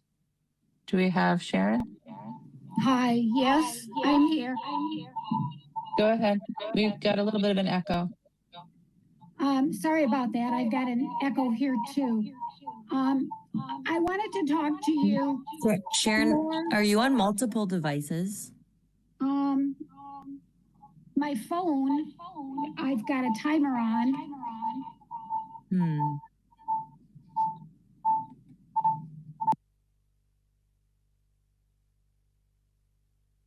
Let's try again and see if we can get through at least 3 minutes, even if there's too much of an echo.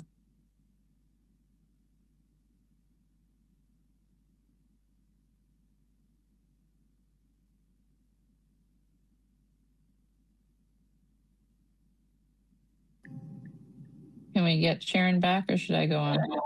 How is this?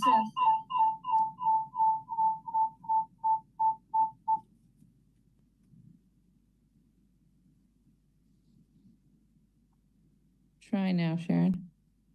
Okay, how is this? Better. Okay. I'm not going to turn my timer on, unfortunately.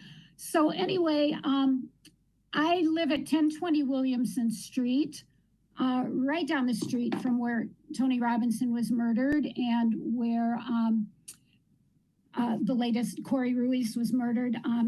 But I'm not here to talk to you about that. I'm actually here to talk to you about my daughter, Shadera Kilfoy Flores, who apparently is following me, and all the work that she has done. I feel that the work that she has done serves to let you know about all of the work that so many in this community have done on the PCOB.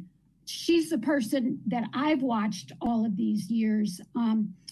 She was part of the community response team in 2015 after Tony Robinson died.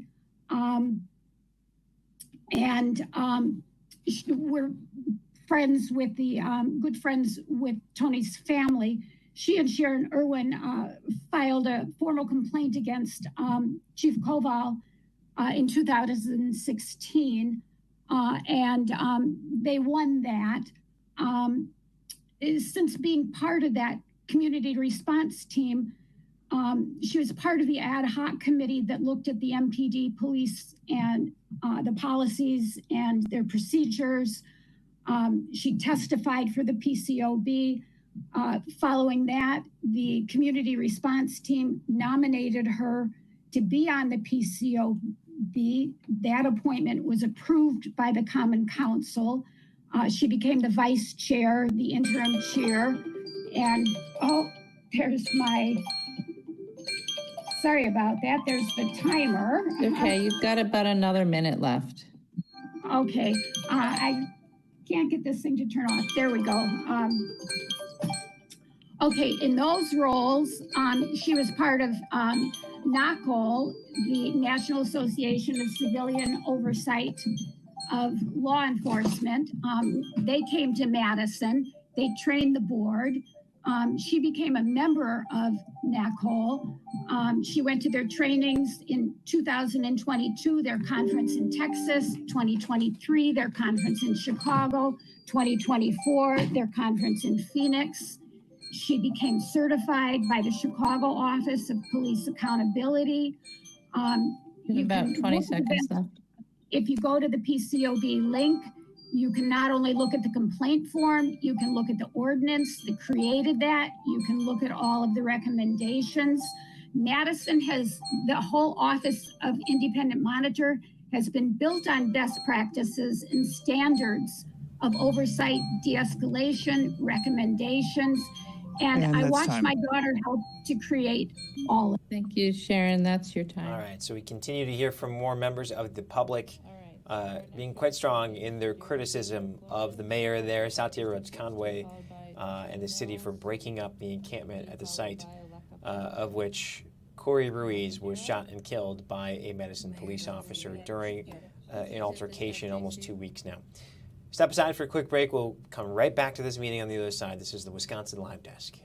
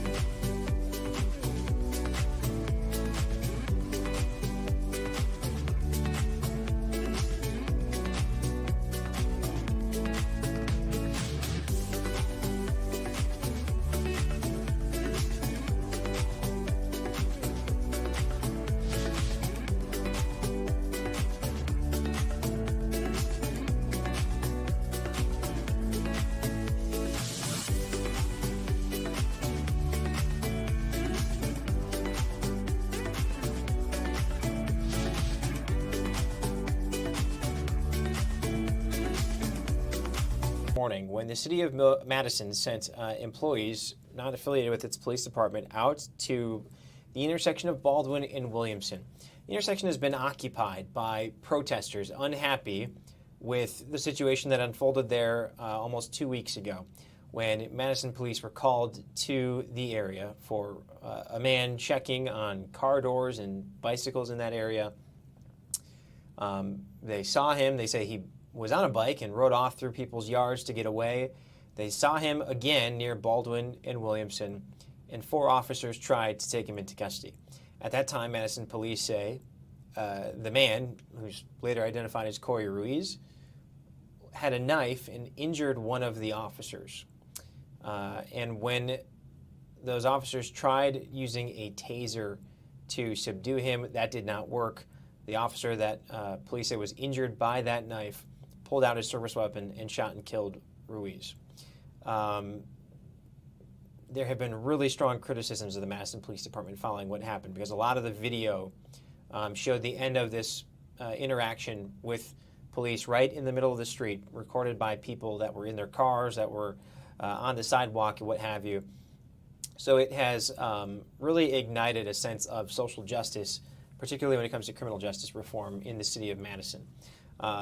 So ever since that day, the intersection has been a bit of a rallying cry location for people protesting deaths at the hand of police, police departments, what have you.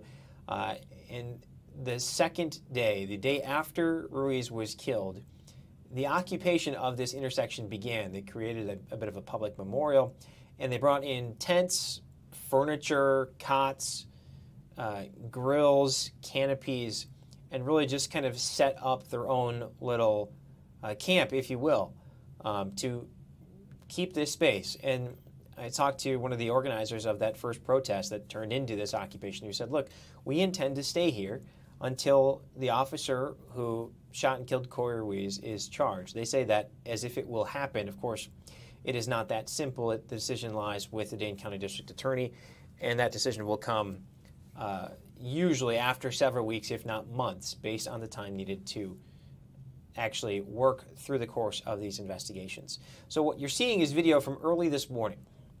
First City of Madison staff, not affiliated with police or fire, showed up. They started using front end loaders and other machinery to kind of get things out of the road, clean up this intersection to allow it to be passable again. It's actually a pretty busy intersection on Madison's east side. When people caught word of this, a lot of people came downtown to protest the city of Madison taking this down. And at that time, according to our news partners at WMTV in Madison, people started taking some of the candles that had been lit in, again, memoriam of Corey Ruiz, and throwing them into the street, starting fires that you see there.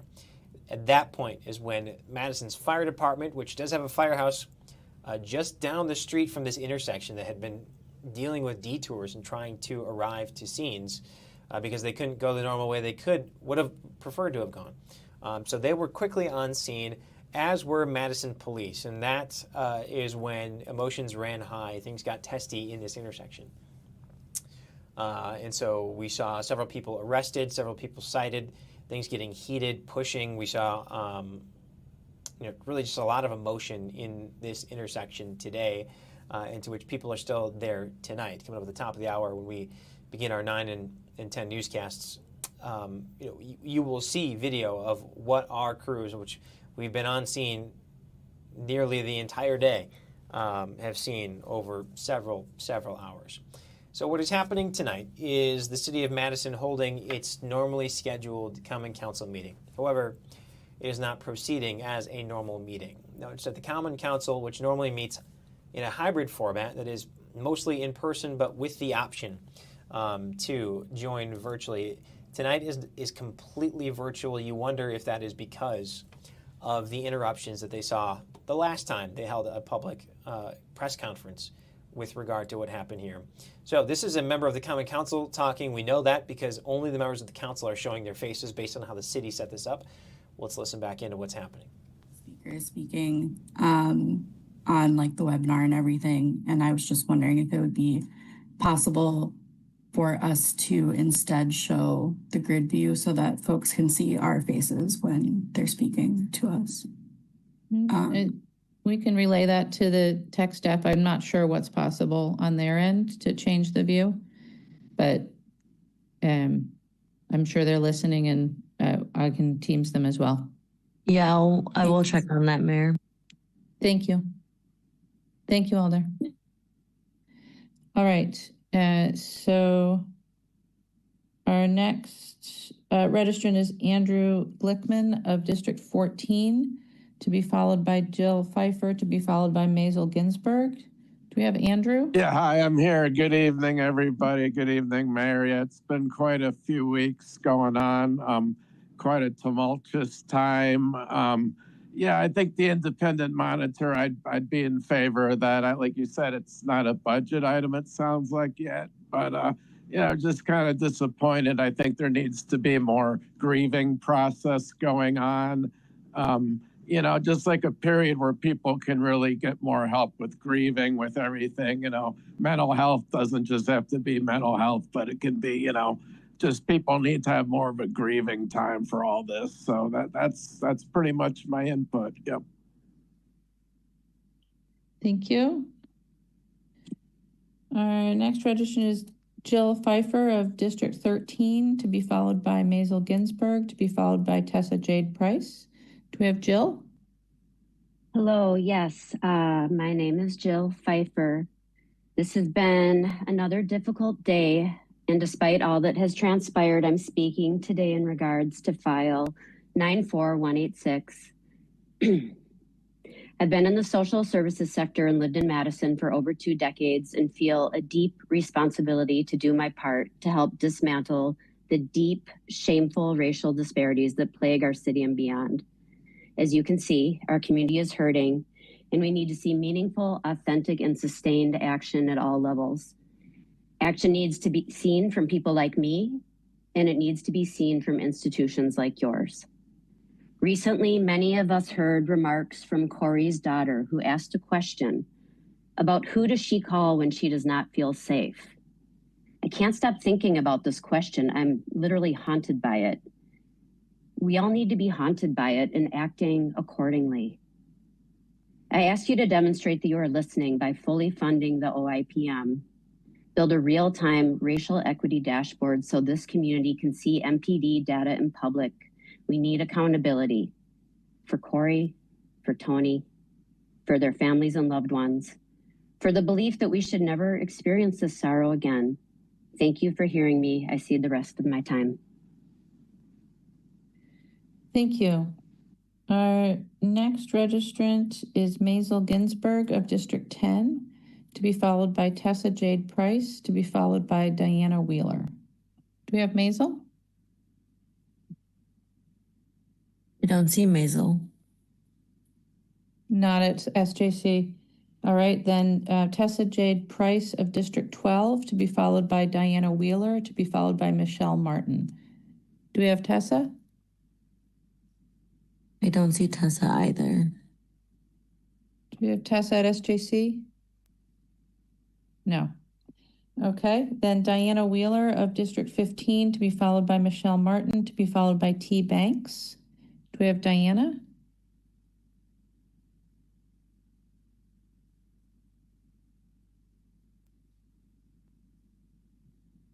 Hi, can you hear me? Yes, go ahead, please. Hi, I'm Diana. I am a Madison resident, and I'm here to talk about what the council committed to but hasn't done. I'm speaking about next steps for the Office of the Independent Monitor and Police Civilian Oversight Board. In 2019, this council adopted the full report of the Madison Police Department Policy and Procedure Review Committee. Recommendation 109 required necessity, proportionality, and reassessment standards for deadly force. MPD did not implement it. On July 22nd, Corey Ruiz was killed 1 block from where Tony Robinson was killed in 2015. In 2024, this council nearly cut 42% of the OIPM's budget Tonight, I'm asking you to stop treating oversight as optional. Fund the Office of the Independent Police Monitor at $1.3 million and require the MPD to share all documentation, all evidence with the Office of the Independent Monitor.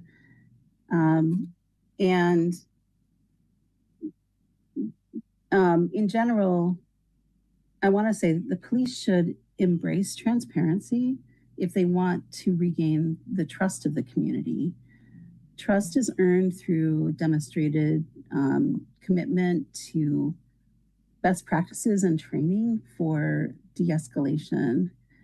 And here's the council's chance to do the right thing.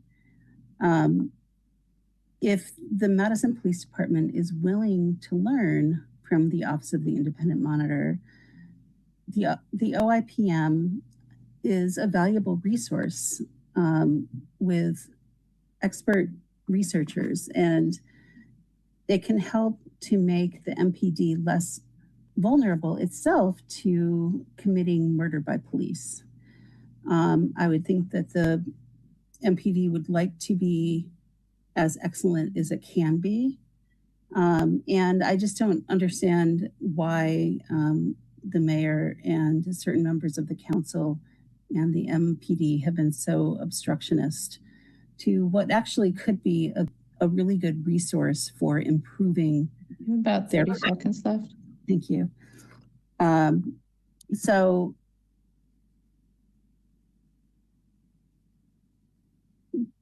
I just wanted to encourage a spirit of inquiry, a spirit of learning on the part of the MPD and the mayor and the council, and take advantage of this valuable resource, the expert data. Thank you. Thank you. All right, our next registrant. Oh, I'm sorry, I have to refresh the registration report. My apologies. While I'm doing that, could we have the tech staff check for Todd Callister, Gabriella Jenick, Tristan Mills, Maisel Ginsburg, or Tessa Jade Price, the people that were not present when we called them? I don't see any of them, Mayor, but there's someone labeled P that has their hand raised. Not sure.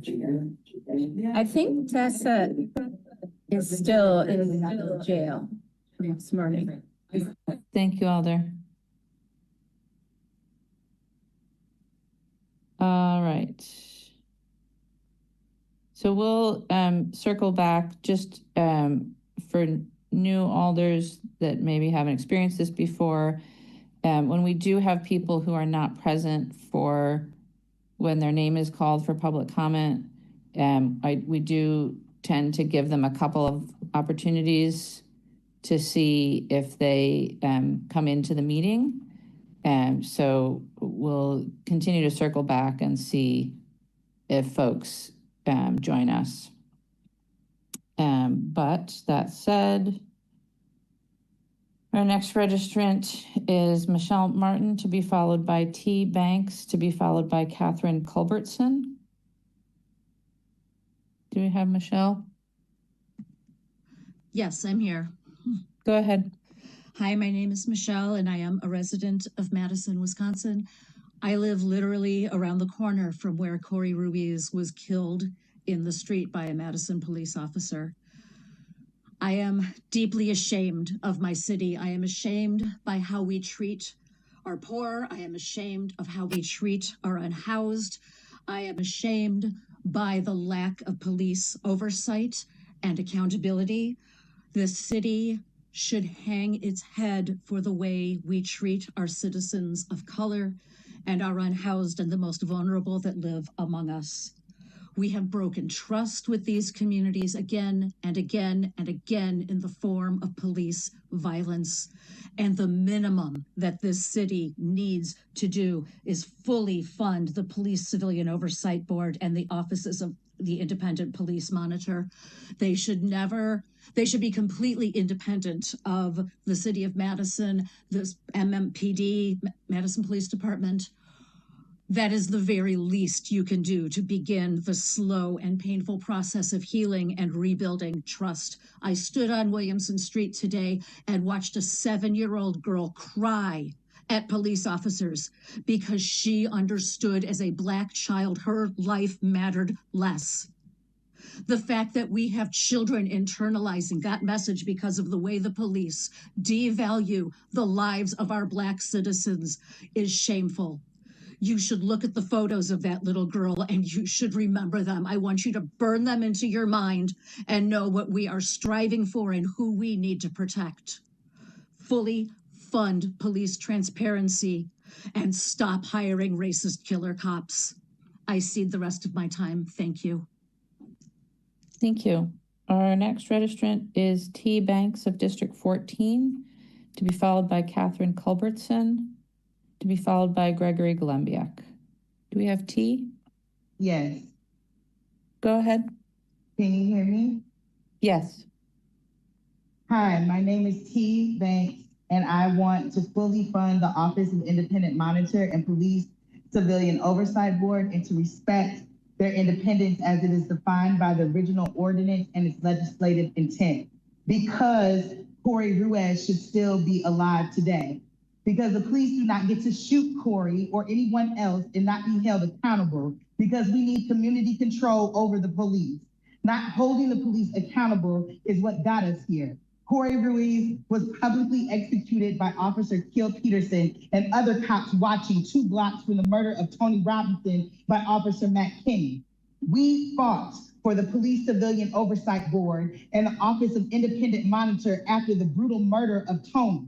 We need community control over the police so the police don't think they can just murder us, abuse us, and use excessive force and not be dealt with. That's why we need to fully fund the OIM and the PCOB. The Office of Independent Monitor should have more money so that they can have the resources to do their best work and fully fund the positions of people who actually care and will go toe-to-toe with the racist, murderous, lying cops.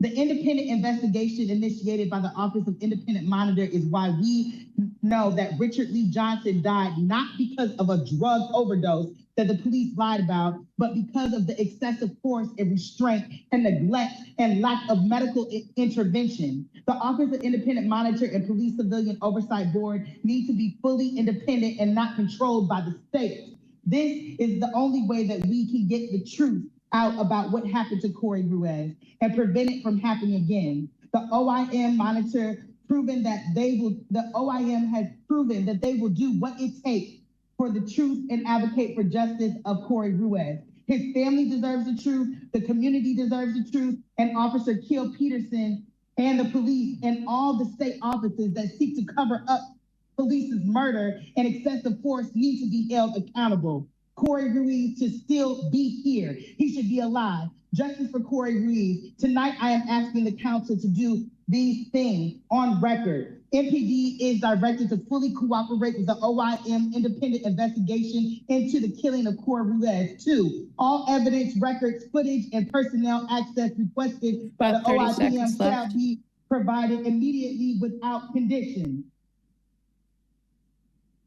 I am also saying that the Office of Independent Monitor and that the findings of the investigation should be published publicly and without censorship by the MPD administration. Fully fund the OIM and the PCOB and listen to the family, the community, and houseless neighbors and fund housing and other services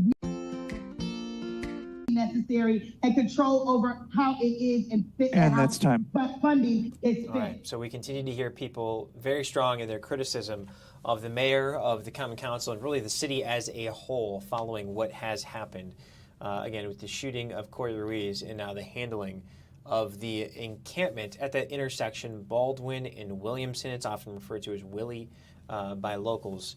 But I just want to leave you with a live picture that's just up from our journalists, photojournalists on the scene at Baldwin and Williamson, where we're seeing a lot more people in the intersection, and it just goes away. So keep it right here. We will have news coming up at the top of the hour. Thanks for joining us on the Wisconsin Live Desk.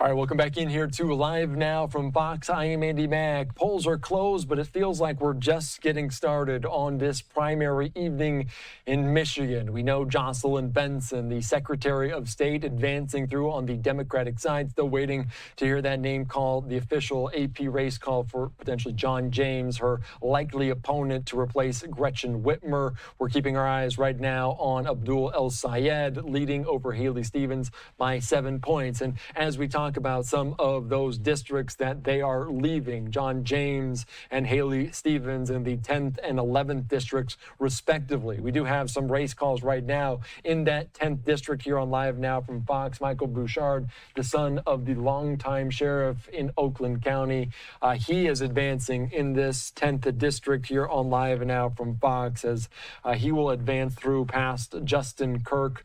So 73% of the vote in this race being called right right now. Michael Bouchard moving on in this 10th district. He will potentially face one of these two individuals. Christina Hines leads right now by 11 points over Eric Chung with 10%, with 21% of the vote counted at this moment. So one of those two districts, John James and Haley Stevens left. The other one, the 11th district, we do know who will advance. It is Jeremy Moss in this race, 16 points. You can see just the numbers. They aren't small numbers, 48, almost 49,000 votes coming in with 2/3 of the vote in this race. So Jeremy Moss through in that 11th district as the Democrat. These are some of the key